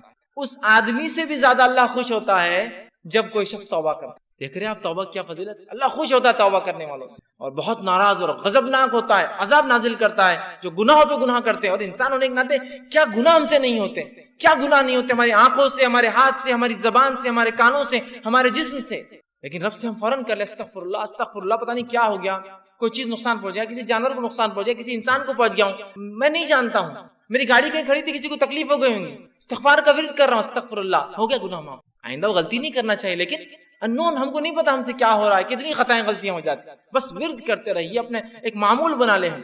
تو آپ صلی اللہ علیہ وسلم فرماتے اس سے زیادہ اللہ خوش ہوتا ہے اس آدمی سے جب کوئی انسان اپنے رب کی طرف رجوع کرتا ہے اور توبہ کرتا ہے, پلٹتا ہے, گناہوں سے معافی مانگتا ہے. ابن القیم رحمہ اللہ جو ہے کتاب ہے ان کی لکھی مدراج سالکین, اس کے اندر بہت اچھی بات نقل کرتے ہیں. انشاءاللہ اس کتاب کا میں پورا وہ پریفیس, وہ جملہ آپ کے سامنے نقل کرتا ہوں. وہ لکھتے ہیں اور کہتے ہیں توبہ کے بارے میں کہ توبہ ہی دین کی حقیقت ہے. وہ لکھتے ہیں اور کہتے ہیں, فرماتے ہیں, آپ نے فرمایا اور کہا, فرماتے ہیں کہ دین اسلام کی حقیقت, توبہ دین اسلام کی حقیقت ہے اور سارے کام, سارا دین توبہ میں داخل ہے. توبہ اتنی اہم چیز ہے کہ سارے کام اور سارا دین توبہ میں داخل ہے. یہی وجہ ہے کہ توبہ کرنے والا اس بات کا مستحق ہے کہ اللہ تعالیٰ کا وہ دوست قرار دیا جاتا ہے, کیونکہ اللہ تعالیٰ توبہ کرنے والوں اور پاک صاف رہنے والوں کو دوست رکھتا ہے. کہ تو اللہ جس سے محبت کرتا ہے مطلب وہ اللہ کا دوست ہے نا. توبہ کرنے والوں سے اللہ محبت کرتا ہے مطلب اللہ کے دوست ہے. اس کا مطلب توبہ دین کا بہت اہم حصہ, بلکہ وہ کہتے ہیں بلکہ مکمل دین اسلام مکمل توبہ کے اندر ہے. پھر وہ آگے لکھتے ہیں اللہ تعالیٰ اپنے ان بندوں سے محبت رکھتا ہے جو اس کام کو بجا لائے جس کا اس نے حکم دیا ہے, اور اسے ترک کرے, ان کاموں کو چھوڑ دیں جس سے اس نے منع فرمایا ہے. تو گویا توبہ کا مفہوم یہ ہے کہ جن کاموں کو اللہ تعالیٰ نے ظاہری اور باطنی طور پر ناپسند فرمایا ہے, فرماتا ہے انسان ان سے رجوع کرے, توبہ کرے, کرتے ہوئے ایسے کاموں کو اختیار کرے جنہیں اللہ تعالیٰ ظاہری اور باطنی مطلب اوپنلی اور کلوزلی, چھپا ہوا سیکرٹلی, اس کو پسند کرتا ہے. فرماتا ہے اس اعتبار سے توبہ ایک جامع لفظ ہے اور اسلام, ایمان اور احسان اس توبہ میں مکمل طور سے داخل ہے, اور یہ تمام مقامات کا احاطہ کیے ہوئے. اسی لیے یہ ہر مومن کے مقصود کی ابتدا بھی ہے کہ وہ توبہ کرے, اور انتہا بھی ہے, خاتمہ بھی اسی پر ہو کہ وہ توبہ کرے. اسی مقصود کی خاطر مخلوق کو جود بخشا گیا, اور توحید اسی کا ایک جز ہے, بلکہ عظیم جز ہے. پھر آگے لکھتے ہیں اکثر لوگ توبہ کی قدر و منزلت اور اس کی حقیقت سے آگاہ نہیں ہوتے. علم اور عمل اور حال کے اعتبار سے توبہ کرنا تو بہت دور کی بات ہے. اللہ تعالیٰ توبہ کرنے والوں سے اسی لیے محبت رکھتا ہے کہ ساری مخلوق میں وہی ہے جو اس کے خاص بندے ہیں. توبہ کرنے والے خاص بندے ہیں, گناہ گار تو سارے ہی ہیں, خاص ہیں. اگر توبہ اسلام کے تمام احکام اور ایمان کے کامل حقائق کی جامع نہ ہوتی تو اللہ تعالیٰ اپنے بندے کی توبہ پر اس قدر مسرت کا اعلان نہ کرتا. اگر توبہ بہت اہم چیز نہ ہوتی تو وہ حدیث میں وہ نہیں آتا کہ ایک آدمی جس طرح سے خوش ہوتا ہے اللہ ویسا خوش ہوتا ہے. اعلان اظہار نہ فرماتا. تمام مقامات, وہ احوال جن کے بارے میں لوگ گفتگو کرتے ہیں, وہ سب توبہ ہی کی تفصیلات اور اس کی آثار اور اسی کے نتائج ہیں. تو توبہ کے بارے میں کتنی پیاری بات لکھتے ہیں کہ ہر چیز کا تعلق کہتے دین اور اسلام کا توبہ سے. اب آئیے توبہ کی کنڈیشنز کیا ہیں, شرائط. توبہ کے کنڈیشنز رکھنے سے پہلے ایک چیز کی وضاحت اور کلیریفیکیشن دینا چاہتا ہوں ایک مثال کے ذریعے. سمجھ لیجیے آپ اکاؤنٹس کیپنگ کرتے, اکاؤنٹنٹ ہے, یا آپ ایسا کام کرتے جہاں کو لکھنا خط و کتابت کا کام ہوتا ہے, رائٹنگ ورک ہوتا ہے. اب ہوتا یوں ہے کہ جب قلم یا پین غلط چل جاتا ہے تو بہت مشکل ہوتی ہے اس کو مٹانا, کٹ کرنا پڑتا ہے. اب ہو یوں کہ کوئی یہ کہے کہ دیکھو یہ جب لکھو تو اس پہ غلطیاں مت کرو, اور غلطی ہو تو میں ناراض ہوں گا. اور جب آپ لکھتے تو غلطی ہو جاتی تو آپ سوچتے کاش کہ کوئی ایک ایسی چیز ہوتی جس کے ذریعے میں کیا کروں, جو غلطیاں ہو رہی اس کو مٹا دوں. تو سمجھ لیجیے آپ میرے پاس ہی کام کر رہے تھے یا میں آپ کے پاس کام کر رہا ہوں. میں نے آپ کو ایک ربر لا کے دیا, اریزر, کہ دیکھیے اگر غلطی ہو جائے تو اس سے کیا کرنا ہے, اس اریزر ربر سے اس غلطی کو مٹا دینا تاکہ اکاؤنٹس اچھے دکھے, خراب نہ ہوتا. سمجھ رہے بات. اب جب میں نے آپ کو دے کر چلا گیا تو آپ اس غلطی کو کچھ دن مٹاتے رہے, بعد میں آپ کے دماغ میں ایک نئی چیز آئی, اور ربر جو دیا گیا وہ غلطی کو مٹانے کے لیے دیا گیا. تو آپ نے کیا شروع کیا معلوم, پھر کاغذ پہ چھرے مارے اور مٹاتے جا رہے اسے, چھرے مارے اور مٹاتے جا رہے اسے, اس لیے کہ ربر ہے نا اپنے پاس, تو چھرے ماریں گے مٹا لیں گے. تو ہم کو اللہ رب العزت نے ہماری فطرت میں چونکہ خطا ہے, غلطیاں کرنا ہے, ان غلطیوں کے اصلاح اور حل کے لیے، ان غلطیوں کی معافی کے لیے توبہ دی. تو ہم نے توبہ کو کیا سمجھ لیا کہ توبہ اس لیے دیا گیا کہ نئے گناہ کرنا ہے ہم کو. توبہ اس لیے دیا گیا کہ نئے گناہ کرنا ہے ہم کو. توبہ اس لیے دیا گیا تھا کہ جو گناہ ہو جاتے ہیں ان کی معافی ہوتی ہے. یہ بات میں اس لیے کہہ رہا ہوں کہ بہت سارے لوگ گناہوں کو اس لیے کرتے ہیں کہ وہ توبہ کرتے ہیں. ایک صاحب مجھے کہنے لگے دیکھیے میرا معاملہ ایسا ہے، میں نے فجر پڑھ کے آ جاتا، میں فجر پڑھ کے آنے کے بعد یہ کرتا وہ کرتا فلاں کرتا، بزنس میں جھوٹ بولتا فلاں سب کرتا، پھر الحمدللہ میں استغفار وہ کرتا اور ظہر پڑھ لیتا تو میرے پورے گناہ معاف. پھر اس کے بعد میں ظہر پڑھ کے آتا، پھر یہ کرتا وہ کرتا یہ کرتا یہ فلاں کرتا یہ فلاں کرتا اور یہ سب ہوتا. اس کے بعد کیا کرتا ہوں، بولے عصر پڑھتا ہوں استغفار کرتا ہوں اللہ سے گناہ معاف. پھر شام ہوتی ہے میں گھر آتا ہوں ٹی وی پکچر دیکھتا ہوں یہ کرتا ہوں گانے سنتا ہوں کرتا ہوں، سونے سے پہلے توبہ کر لیتا ہوں گناہ معاف. پھر صبح اٹھتا ہوں پھر نئے گناہ کرتا ہوں تو بس توبہ بس بولے میں نے اختیار کر لیا گناہ کر رہا ہوں اور معافی مانگ لیتا ہوں فوراً الحمدللہ بولے میرے گناہ جبھی معاف ہو جاتے ہیں. کیا توبہ اس لیے دی گئی تھی کہ آپ گناہ کرتے جائے اور معافی مانگتے جائے، گناہ کرتے جائے اور معافی مانگتے جائے؟ توبہ کا معنی کیا ہے، اس کے شرائط میں چھپا ہے. توبہ کسے کہتے ہیں بھائی، کنڈیشنز دیکھ لیجیے ورنہ وہ غلط فہمی میں لوگ ہوتے ہیں. ایک واقعہ میں نے پہلے بھی سنایا تھا کہ ایک صاحب ایک مرتبہ حج کو جا کے آئے، وہ ایک سنستھا سوسائٹی چلاتے تھے. آنے کے بعد کچھ لوگوں سے انہیں ایڈوانس پیسے لے رکھے تھے کہ یہ نوکری دوں گا، او پی ان کی نوکری دوں گا، ٹیچر کی نوکری دوں گا. اب جب واپس آئے تو لوگوں نے کہا بھائی بہت اب تم جانے لگے حج کو کہ بھائی بہت وہ ہو گیا، آپ حج کو جا رہے ہیں تو ہمارے پیسے واپس کر دیجیے. تو کہا آئے بات دیں گے نا. جب حج سے آ گئے تو کہا کہ بھائی آپ پیسے دے دیجیے، آپ نوکری تو نہیں دے رہے. تو کہا ہمارے پچھلے گناہ تو پورے معاف ہو گئے. سمجھ رہے آپ؟ اور پھر اللہ ان پر رحم کرے، انہوں نے پیسے نہیں لوٹائے ان کے، کہا حج ہو گیا ہمارا. اور مفتی صاحب نے بول دی تھی حج ہوا تو پچھلے گناہ معاف ہوتے. ارے بد اخلوں، مفتی صاحب نے جو کہا تھا گناہ معاف ہوتے تو اس کا مطلب یہ تھوڑی ہے کہ تم نئے گناہ کرو حج کے بعد آ کر. وہ تو ان لوگوں کے جو سچی توبہ کے ساتھ گئے تھے اپنے رب کے پاس رجوع کیا ان کی معافی. اور بندوں کے حق تو معاف ہی نہیں ہوتے ہیں، یاد رکھیے، حج سے بھی معاف نہیں ہوتے ہیں، یاد رکھ لیجیے بات. آپ صلی اللہ علیہ وسلم حدیث سے فرمایا کوئی شخص شہید ہو جائے پھر زندہ کیا جائے، پھر شہید ہو جائے پھر زندہ کیا جائے، پھر شہید ہو جائے پھر زندہ کیا جائے، لیکن قرض باقی ہو تو مغفرت نہیں ہوتی. کیا چاہیے آپ؟ قرض باقی ہو تو شہید کو بھی نہیں ہے تو دوسروں کا تو چھوڑ دیجیے. تو آئیے اس کی شرائط، کنڈیشن بہت امپورٹنٹ. توبہ کے فضائل فائدے پتہ چل گئے، کنڈیشن نہ پتہ چلے تو انسان کو لگے گا گناہ کرنے کے لیے تو توبہ ہے، نہیں گناہ ہو جائے تو توبہ ہے. آئیے سنیے کنڈیشنز. توبہ کی شرائط جو ہے وہ یہ ہے. علامہ راغب اصفہانی اور امام نووی رحمہ اللہ توبہ کی شرائط لکھتے اور کہتے ہیں جو ہے برے کام کو اس کے گناہوں کی وجہ سے ترک کرنا. توبہ سے پہلے انسان جو برے کام کو چھوڑتا ہے کیوں چھوڑتا ہے، اس کی نیت کیا ہو؟ توبہ کے لیے نیت یہ ہو انسان کی کہ برے کاموں کو اس کی قباحت برائی کی وجہ سے چھوڑنا. بہت سے لوگ برے کاموں کو چھوڑتے ہیں لیکن اس کی برائی کی وجہ سے نہیں. کیوں چھوڑتے ہیں؟ اب میں شرابی ہوں، میں شراب اس لیے اب نہیں پی رہا ہوں کہ اس لیے کہ اب بیٹی بڑی ہوگی رشتے نہیں آئیں گے نا. تو میں نے شراب اس لیے نہیں چھوڑی کہ شراب پینا حرام ہے، میں نے شراب اس لیے چھوڑی کہ بیٹی کے رشتے کا معاملہ ہے. تو وہ لکھتے ہیں کہ گناہ کو اس لیے ترک کرنا ان کی قباحت کی وجہ سے، دنیا مفاد اور فائدوں کے لیے نہیں، ان کی برائی کی وجہ سے کہ اللہ بہت میں گناہ میں تھا. ٹھیک ہے، تو توبہ کے لیے یاد رکھیے توبہ جو ہم کریں گے تو گناہوں کو ہم اس لیے چھوڑیں گے کہ ان کی قباحت کی وجہ سے. اب کنڈیشن رکھ رہا ہوں. فرسٹ، پہلی کنڈیشن، گناہوں کو ہم چھوڑیں گے جس سے ہم توبہ کرتے ہیں، مطلب اس گناہ کو ہم چھوڑ دیں گے جس سے ہم توبہ کرتے ہیں، پہلی شرط. دوسری شرط وہ یہ ہے اس گناہ پر ندامت ہم کریں گے، نادم ہوں گے. پہلا ہم اس گناہ کو چھوڑ دیں گے جس کے بارے میں ہم توبہ کر رہے ہیں، اس گناہ پر ہم نادم ہوں گے جس گناہ کو ہم نے کیا تھا. اور تیسری شرط یہ کہ جو ہے یہ پختہ ارادہ کریں گے کہ اگلی بار وہ گناہ نہ ہو. یہ تین کنڈیشن ہوں گے تو توبہ قابل قبول ہے. تو وہ شخص حج کو جا کے آیا اس نیت سے کہ اگلے گناہ کروں گا، تو کیا اس کی توبہ قبول ہوئی؟ نہیں، وہ فیل گیا. اس لیے کہ توبہ کی پہلی شرط کہ گناہ کو چھوڑے، اس نے تو گناہ کرنے کے لیے توبہ کی. نادم ہو، وہ نادم کہاں تھا، اس نے تو نئے گناہ کے لیے یہ کام کیا. اور تیسرا فرمایا پھر دوبارہ وہ گناہ نہ کرے. تو یہاں تو ہم تو توبہ کو سمجھ رہے گناہ نئے کرنے کا راستہ ہے. تو پہلا انسان گناہ کو چھوڑ دے، دل میں نادم ہو، اور تیسرا دوبارہ وہ گناہ نہ کرے، تو پھر اللہ رب العزت کو ضرور توبہ قبول کرنا پائیں گے. اس لیے کنڈیشن ہے توبہ کے ساتھ. چوتھی ایک اور کنڈیشن ہے توبہ میں اندر. یہ تو اللہ کے معاملے میں تین کنڈیشن، بندوں کے معاملے میں فورتھ کنڈیشن آ کر اٹیچ ہو جاتی ہے. وہ کیا ہے؟ بندے کا حق لیا تھا، مارا تھا، تو حق لوٹائے اور معافی مانگے. حق لوٹائے اور معافی مانگے. بہت سے لوگ کیا کرتے ہیں، ہاں توبہ کی چار شرائطیں سمجھ میں آ گئی. پہلے تو گناہ کو چھوڑ دینا، میں نے ایک کی زمین لی تھی اب میں کسی کی زمین نہیں ماروں گا. دوسرا کہ جو ہے اس کو نادم ہونا، میں دل میں بہت نادم ہوں کہ ان کے پلاٹ ان کے گھر پہ میں قبضہ کر کے بیٹھ گیا، بہت نادم ہوں. تیسرا دوبارہ نہیں کرنا اس گناہ کو، تو اب دوبارہ ان کا کوئی گھر میں نہیں لوٹوں گا. چوتھا بھائی مجھے معاف کر دو، تمہارا گھر میں نے لیا. معاف کر دیا میں نے، گھر خالی کرو. نہیں، خالی کا معافی ہوگی نا، معافی مانگ لیا نا میں نے آپ سے.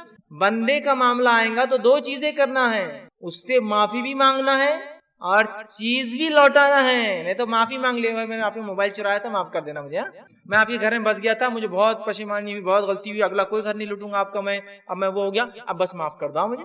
نہیں، آپ بندے سے معافی بھی مانگیں گے، چیز واپس لوٹائیں گے۔ اب کچھ لوگ سوال کرتے ہیں اب دادا نے کسی کی زمین مار کے رکھی، میں زمین کا ایگزامپل کیوں دے رہا معلوم ہے اس لیے کہ حدیث میں زمین کی جو وعید آئی ہے نا، اس کا اندازہ نہیں لگا سکتے کسی کی زمین مارنے کی کیا وعید۔ آپ نے فرمایا جو 1 بالش زمین کسی کی دنیا میں مارے گا، 1 بالش مطلب اپروکسیمیٹلی 1 ہاتھ 9 انچ to 10 انچ ہوتا ہے، 9 سے 10 انچ۔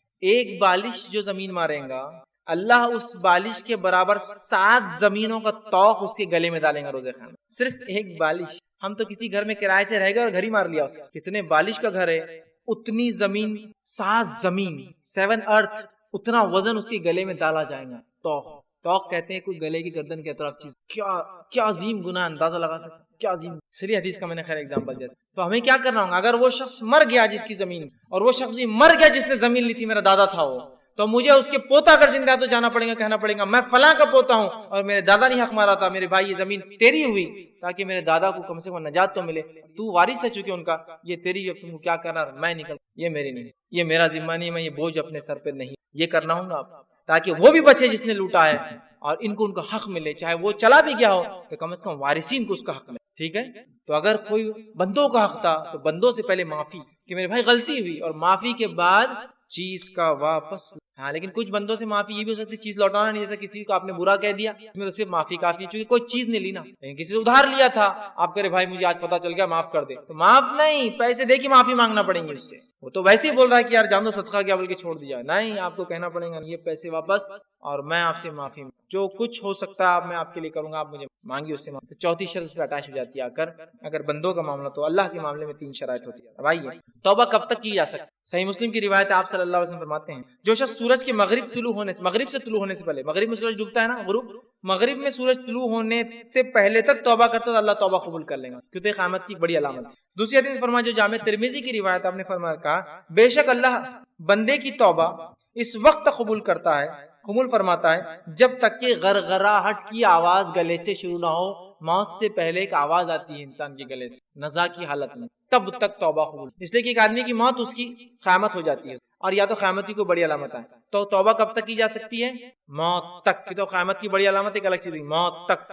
اور کوئی یہ نہ سوچے کہ ابھی تو بہت ٹائم باقی ہے تو مرنے سے پہلے کیا کریں گے توبہ۔ بہت سے لوگ ایسے عقیدے کہ میں نے دیکھا ہے کہ کہتے ہیں مرنے سے پہلے توبہ کر لیں گے، مرنے سے پہلے فلاں کام کر لیں گے، اللہ سے معافی مانگ لیں گے نا۔ کیا کوئی جانتا ہے ہم کہ اس کی موت کب آئیں گی؟ کوئی لکھ کر دے سکتا ہے بانڈ پیپر پہ کہ ہاں میری موت تو ابھی بہرحال 20 سال بعد تو میں رہوں گا ہی، تب آ جانا؟ کر سکتا ہے کوئی؟ نہیں کر سکتا نا موت کے تعلق سے۔ نبی اکرم صلی اللہ علیہ وسلم کے زمانے میں ایک خاتون کہ اللہ کے رسول صلی اللہ علیہ وسلم مجھے فلاں فلاں کوئی چیز کی حاجت ہے، تو آپ نے کہا ٹھیک ہے مجھ سے آ کے لے لینا جب ضرورت پڑے، تو کہا آپ کو اگر نہ پاؤں تو، مطلب آپ دنیا سے چلے جائیں، انتقال کر جائے تو کہا ابو بکر سے لے لینا، تو کہا ابو بکر کو نہ پاؤں تو کہا پھر عمر سے لے لینا۔ حدیث میں ایک تو پتا چل رہا ہے کہ اللہ کے رسول کے بعد کوئی ذات دنیا تو ابو بکر، اور ان کے بعد کوئی ہے تو عمر، یہ بھی پتا چل گیا۔ اور دوسرا یہ کہ انسان کبھی بھی دنیا جا سکتا ہے، اس خاتون کو ہوا کہ آپ وعدہ تو کر رہے ہیں، کون پورا کریں گا؟ تو کہا میرے بعد، مطلب آپ کا ذمہ دار، آپ کا خلیفہ کون بنے گا؟ حدیث میں یہ بھی اس کا اشارہ ہے، ابو بکر بنے گا تو ابو بکر سے آ کے لے لینا، اس کے بعد عمر بنے گا، عمر سے آ کے لے لینا، ٹھیک ہے۔ اور اس سے ایک بات یہ بھی پتا چلی کہ جو ذمہ دار ہوتا ہے، وارث نہیں، مطلب مثال کے طور وارث کی تو میں نے اگزامپل دیا نا، بیٹے نے دادا نے لوٹی تھی، لیکن ذمہ دار ہوتا ہے۔ کبھی کوئی آرگنائزیشن ہے جس کی زمین کھا کر بیٹھے تھے، جس کا پیسہ لے بیٹھے تھے، تو آرگنائزیشن میں تو اس کے پریزیڈنٹ چینج ہوتے رہیں گے، جو بھی وقت کریں گے اس کو دینا پڑے گا، کیونکہ یہاں کیا پوچھا، آپ کو نہ پاؤں تو ابوبکر ذمہ دار ہوں گے تو ابوبکر سے لے لینا، ان کو نہ پاؤں تو عمر ہوں گا پھر عمر سے لے لینا۔ سمجھ رہے ہیں بات؟ تو یہ ضروری یاد رکھیے کہ ہم موت سے پہلے توبہ کر لیں، موت کب آئیں گے نہیں جانتے ہیں، توبہ کیجیے، اور بندوں کے حق ہو تو پہلے کیجیے بھائی میرے، اس لیے کہ اللہ کے حق کے تعلق سے پھر بھی امید ہے کہ اللہ معاف کریں گے، لیکن بندے تو معاف نہیں کریں گے۔ روز قیامت وہ شخص مفلس ہوں گا جو دنیا میں حق مار کے آئیں گا بندوں کا اور توبہ نہ کی اور ان سے معافی نہ مانگی۔ آئیے اسی طرح جو ہے اللہ ہمارے کسی بھی گناہ کو معاف کرتا ہے کنڈیشن کے ساتھ، شرائط کے مطابق۔ وہ جو کنڈیشن میں نے 3 اور 4 رکھی ہے اس کے مطابق سچی توبہ ہو تو اللہ ہر گناہ کو معاف کر لیتا ہے۔ آئیے صحیح بخاری کی روایت سنیے، آپ صلی اللہ علیہ وسلم کہتے ہیں ایک شخص نے گناہ کیا اور پھر کہا اے اللہ میں تجھ سے اپنے گناہ کی بخشش طلب کرتا ہوں، اللہم اغفر لی ذنبی، اے اللہ میں تجھ سے اپنے گناہ کی بخشش، تو اللہ تعالیٰ فرماتا ہے اور کہتا ہے فرشتوں کہ میرے بندے نے گناہ کیا اور وہ جانتا ہے، اسے معلوم ہے کہ اس کا ایک معاف کرنے والا رب ہے جو معاف بھی کرتا ہے اور پکڑتا بھی ہے، تو میں نے اسے معاف کیا۔ پھر وہ ایک گناہ کرتا ہے، دوسرا مطلب وہ گناہ نہیں، چونکہ کنڈیشن شرائط کے ساتھ وہ معافی مانگ رہا ہے، پھر انسان ہونے کے بعد دوسری خطا ہوتی ہے، وہ کہتا ہے اللہ میرے گناہوں کو بخشش دے، میرے گناہوں کو اللہم اغفر لی ذنبی، اللہ میرے گناہوں کو معاف دے، مجھے بخشش کر دے۔ اللہ فرماتا ہے اے فرشتوں میرا ایک بندہ ہے جس نے گناہ کیا اور وہ جانتا ہے اس کا ایک رب ہے جو معافی بھی دیتا ہے پکڑتا بھی ہے، میں نے اسے معاف کر دیا۔ پھر اس سے کوئی خطا ہوتی ہے وہ کہتا ہے اللہ میری بخشش کر دے، میری مغفرت مجھے معاف کر دے۔ اللہ کہتا ہے فرشتوں سے، اے فرشتوں میرا ایک بندہ ہے جو جانتا ہے اس کا ایک رب ہے جو اس کے گناہوں کو معاف کرتا ہے اور میں نے اس کو معاف کر دیا۔ اور پھر کہتا ہے اللہ تعالیٰ فرماتا ہے اب تو جو چاہے کر، میں نے تجھے معاف کر دیا۔ اس لیے کہ وہ بندہ یہ غلطی کر رہا ہے لیکن فوراً شرائط کے بنیاد پر ایسی توبہ کرا جو سچی ہے تو اللہ اس کی وہ گناہ کو معاف کر دے۔ پھر دوسری اس سے خطا ہو رہی ہے کوئی دوسرے معاملے میں، انسان ہے ہوتا ہی ہے، پھر وہ معافی مانگ رہا اپنے رب سے، اللہ پھر معاف کر رہا ہے۔ پھر اس سے تیسری خطا ہو رہی ہے وہ پھر سچی توبہ کر رہا ہے اور وہ گناہ دوبارہ نہیں دہرا رہا ہے، اللہ معاف کر رہا ہے اور کہہ رہا ہے میرا بندہ مجھ سے معافی مانگتا ہے اور اسے پتا ہے اس کا ایک رب ہے جو اسے معاف کرتا ہے، جا میں نے تجھے معاف کر دیا۔ سچی توبہ کا فائدہ ہے کہ اس سے گناہ ہوئے اور 3 بار اس نے سچی توبہ کی، رب نے اس کو معاف کر جو چاہے کر، مطلب یہ کہ وہ ایک سچا بندہ ہے جو توبہ کرتا ہے، لیکن یقیناً یہ گناہ کی دعوت نہیں، یہ استغفار کی دعوت ہے، یہ گناہوں سے رجوع کی دعوت ہے، یہ نہیں کہ گناہ کرو اور اللہ معاف کریں گے، کہ گناہ کرو اللہ معاف کریں، جو عقیدہ رکھے تو یہ عقیدہ درست نہیں اسلامی عقیدہ، جو گناہ ہو جاتے اللہ اس کو معاف کر دے، چاہے کسی بھی قسم کا گناہ انسان سے ہو۔ آئیے صحیح مسلم کی ایک روایت سنیے، آپ فرماتے ہیں اللہ رات کو اپنا ہاتھ پھیلاتا ہے تاکہ دن میں برائی کرنے والا توبہ کر دے، اور اللہ سبحانہ تعالیٰ جو ہے دن میں ہاتھ پھیلاتا ہے تاکہ رات میں گناہ کرنے والا اس سے جو ہے توبہ کر لے، اور یہ معاملہ اللہ کا قیامت تک سورج کے مغرب سے طلوع ہونے تک چلتا رہے گا۔ روز اللہ رب العزت اپنے ہاتھ پھیلاتا ہے، لوگوں سے کہتا ہے اور معافی دیتا ہے تاکہ جس نے دن میں گناہ کیا ہو رات میں معافی دے دوں، رات میں گناہ کیے ہو دن میں معافی دے دوں، اور یہ معاملہ اللہ قیامت تک چلتا ہے۔ اس سے پتہ چلتا ہے ہر گناہ کی معافی ہے اگر وہ اس کے شرائط کے ساتھ کیے جائے، زنا کیا ہو، شرک کیا ہو، بدعت کیا ہو، کفر کیا ہو، قتل کیا ہو، کسی قسم کا گناہ ہو، بندوں کا ہو تو معافی اس میں انکلوڈ ہو جائیں گی، اللہ معاف کریں گا، بس توبہ سچی ہو اور پھر انسان اس کو نہ دہرائے۔ جامع ترمذی کی روایت ہے، آپ صلی اللہ علیہ وسلم فرماتے ہیں، حدیث غور سے سنیے توبہ کے بارے میں بڑی، اللہ فرماتا ہے اے ابن آدم جب تک تو مجھے پکارتا رہے گا اور مجھ سے امید وابستہ رکھیں گا تو جس حالت پر بھی ہوگا میں تجھے معاف کرتا رہوں گا۔ اے ابن آدم جب تک تو مجھے پکارتا رہے گا، مجھ سے معافی طلب کرتا رہے گا، تو جس حالت میں بھی ہوگا گناہ کے میں تجھے معاف کرتا رہوں گا، اور میں کوئی پرواہ نہیں کروں گا کسی چیز کی تجھے معافی دینے میں۔ ٹھیک، آگے فرماتا اللہ اے ابن آدم اگر تیرے گناہ آسمان تک پہنچ جائے پھر تو مجھ سے معافی مانگے تو میں تجھے جو ہے بخش دوں گا اور میں کوئی پرواہ نہیں کروں گا۔ اگر تو آسمان تک بھی تیرے گناہ ہو اور تو مجھ سے معافی مانگے میں تیرے گناہوں کو جو ہے معاف کروں گا۔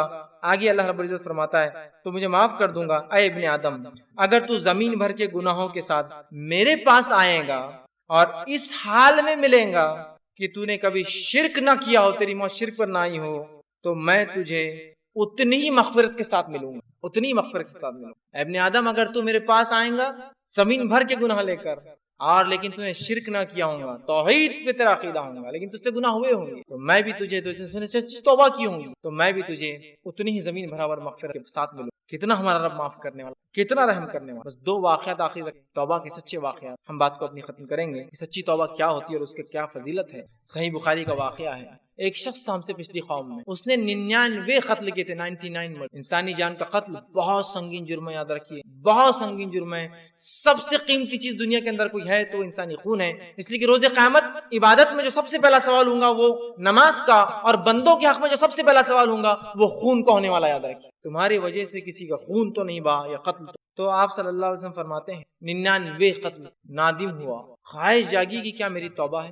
ایک شخص کے پاس گیا، اسے لیکن علم نہیں تھا، اس نے کہا کیا میری توبہ ہے، میں نے 99 مرڈرز کیے۔ اس نے کہا اے شخص تیری توبہ نہیں ہے، تو نے تو راستہ بند کر لیا توبہ کا۔ تو اس شخص کا ارادہ 100 خون کا تھا، اس نے اسی شخص کو وہیں مار دیا اور کہا میں نے 100 کا ارادہ کیا تھا، 100 کمپلیٹ۔ لیکن پھر نادم ہوا کہ مجھ سے کیا گناہ ہو گیا۔ پھر ایک ایسے شخص کے پاس گیا جو علم رکھتا تھا، کہا کیا میری توبہ ہے، اس نے کہا تیرے رب اور تیری توبہ اور تیرے رب کے بیچ میں کون آ سکتا ہے، تیری توبہ ہے، تو اللہ سے سچی توبہ کر، اور اس بستی جس میں تو رہتا وہاں گناہ ہوتے ہیں، اس بستی میں تیرے سے گناہ ہوتے ہیں، اس بستی کو چھوڑ کر نیکوکاروں کی بستی کی طرف نکل جا۔ اس شخص نے دل میں ندامت تو تھی، سچی توبہ کی اور آگے نہ کرنے کا پکا عزم کیا، توبۃ النصوحہ کیا، اور اس بستی کی طرف چل پڑا جس بستی کی طرف اس کو بتایا گیا تھا کہ وہاں اچھے لوگ رہتے ہیں۔ جب وہ راستے میں جا رہا تھا موت آ گئی اور وہاں گر گیا۔ حدیث میں الفاظ ہے شر اور خیر دونوں فرشتے آ گئے، جنت اور جہنم۔ تو دونوں نے کہا کہ بھائی اس کو تو ہم لے جائیں گے، اس کو ہم لے جائیں گے، بات اللہ کے پاس پہنچائیں گے۔ اللہ دونوں فرشتے ہم دونوں پہنچ گئے وہاں، کیا بات ہے، اس کا کیا معاملہ ہے؟ اللہ نے کہا پھر کہ جس بستی سے نکلا تھا برے لوگوں کے، جس بستی کی طرف جا رہا تھا، اور فاصلہ ماپا جائے، جس کی طرف زیادہ ہوگا اس کے ساتھ فیصلہ کر دیا۔ اور مختلف روایتیں مختلف الفاظ آتے ہیں کہ وہ کیا ہوا۔ ایک میں ہے کہ وہ جب اس کو ماپا گیا تو اچھی بستی کی طرف اس کا ایک ہاتھ تھا، ایک روایت میں ہے کہ جب اس کو ماپا گیا تو اللہ نے زمین کو اس بستی کو کھینچ کر جو اچھائی کی تھی اس کی طرف کر دی، اور برائی کی بستی کو اس سے دور ہٹا دیا، اور جب دیکھا گیا تو اچھائی کی طرف، اور اس کی مغفرت ہو گئی، اللہ نے اسے معاف کر، اتنی بڑی بات ہے نا، معاف کر دیا اللہ۔ لیکن اس میں جو بات تھی، پہلا پوائنٹ وہ دل میں نادم تھا، دوسرا پوائنٹ اس نے گناہ سے توبہ کی، تیسرا نقطہ کبھی نہیں کرنے کا پکا عزم کیا، اور چوتھا نیک لوگوں کی طرف جا رہا تھا تاکہ اچھے عمل کرے۔ تو اس کی صرف نیت تھی، ابھی عمل کچھ نہیں کیا تھا، تو پتہ چلا سچی توبہ کی نیت بھی ہو اور انسان عمل نہ بھی کر پائے تو معافی ہے۔ لیکن آج ہم میں سے بہت سے لوگ ہیں سچی توبہ کرتے بھی نہیں ہے نا، نیت ہوتی، اندازہ لگا یہ مر جائیں گے تو کیا حال ہو، یہ ہے سچی توبہ اور یہ اللہ کی معافی۔ دوسرا واقعہ سنیے، صحیح مسلم کی روایت ہے، آپ صلی اللہ علیہ وسلم کے تعلق سے روایت میں آتا ہے، الفاظ ایسے صحیح مسلم کی روایت میں، جہینہ قبیلے کی عورت نے زنا کیا، زنا کرنے کے پاس آئی اور کہا اللہ کے رسول مجھ سے زنا ہوا، سزا دے دیجیے۔ زنا کی سزا سنگسار ہے، وہ شادی شدہ تھی، جو ہے مجھے جو ہے اس زنا سے حمل ٹھہر گیا۔ آپ نے کہا کہ اب تو یہ سنگسار نہیں کیا جا سکتا، اس لیے کہ اس بچے کا کیا دوش، کیا کہا جا پیدائش کے بعد آنا، وہ گئی ولادت کے بعد، ایک اللہ کے رسول بچہ پیدا ہو گیا، سزا دیجیے، تو کہا ابھی تو اس کا حق دودھ پینا ہے، اس کی رضاعت دودھ پینا ختم ہونے کے بعد آنا۔ وہ دودھ پینا ختم ہونے کے بعد آئی، کہ اللہ کے رسول یہ دیکھو بچہ کچھ کھاتا ہے، آپ صلی اللہ علیہ وسلم نے کچھ دیا، بچے نے خود سے کھایا، آپ نے بچے کو جو ہے ذمہ دار لوگوں کے حوالے کر دیا اور اس عورت کو سنسار کر دیا۔ جب اس عورت کو سنسار کیا گیا تو عمر ابن خطاب رضی اللہ عنہ تھوڑی کراہت محسوس کرنے لگے اس کے بارے میں، اس لیے کہ آپ صلی اللہ علیہ وسلم نے اس کی جنازے کی نماز پڑھائی، تو کہ اللہ کے رسول آپ اگر ایک زانیہ عورت کی جنازے کی نماز پڑھائیں گے لوگ کیا سمجھیں؟ تو عمر ابن خطاب رضی اللہ عنہ کو اللہ کے رسول صلی اللہ علیہ وسلم نے کہا، اے عمر اس عورت کی توبہ اتنی سچی تھی کہ مدینے کے 70 لوگوں میں تقسیم کر دی جاتی تو سب کے مغفرت کے لیے کافی، سب، اور اس زمانے مدینے میں صحابہ رہتے تھے، صحابہ 70 لوگوں میں تقسیم کر دی جائے تو اس کی مغفرت کے لیے اتنی سچی تھی، اس لیے کہ زنا اس نے کہاں کیا تھا؟ اکیلے میں، کس نے دیکھا تھا اس کو؟ پھر بھی سزا لینے کے لیے آئی۔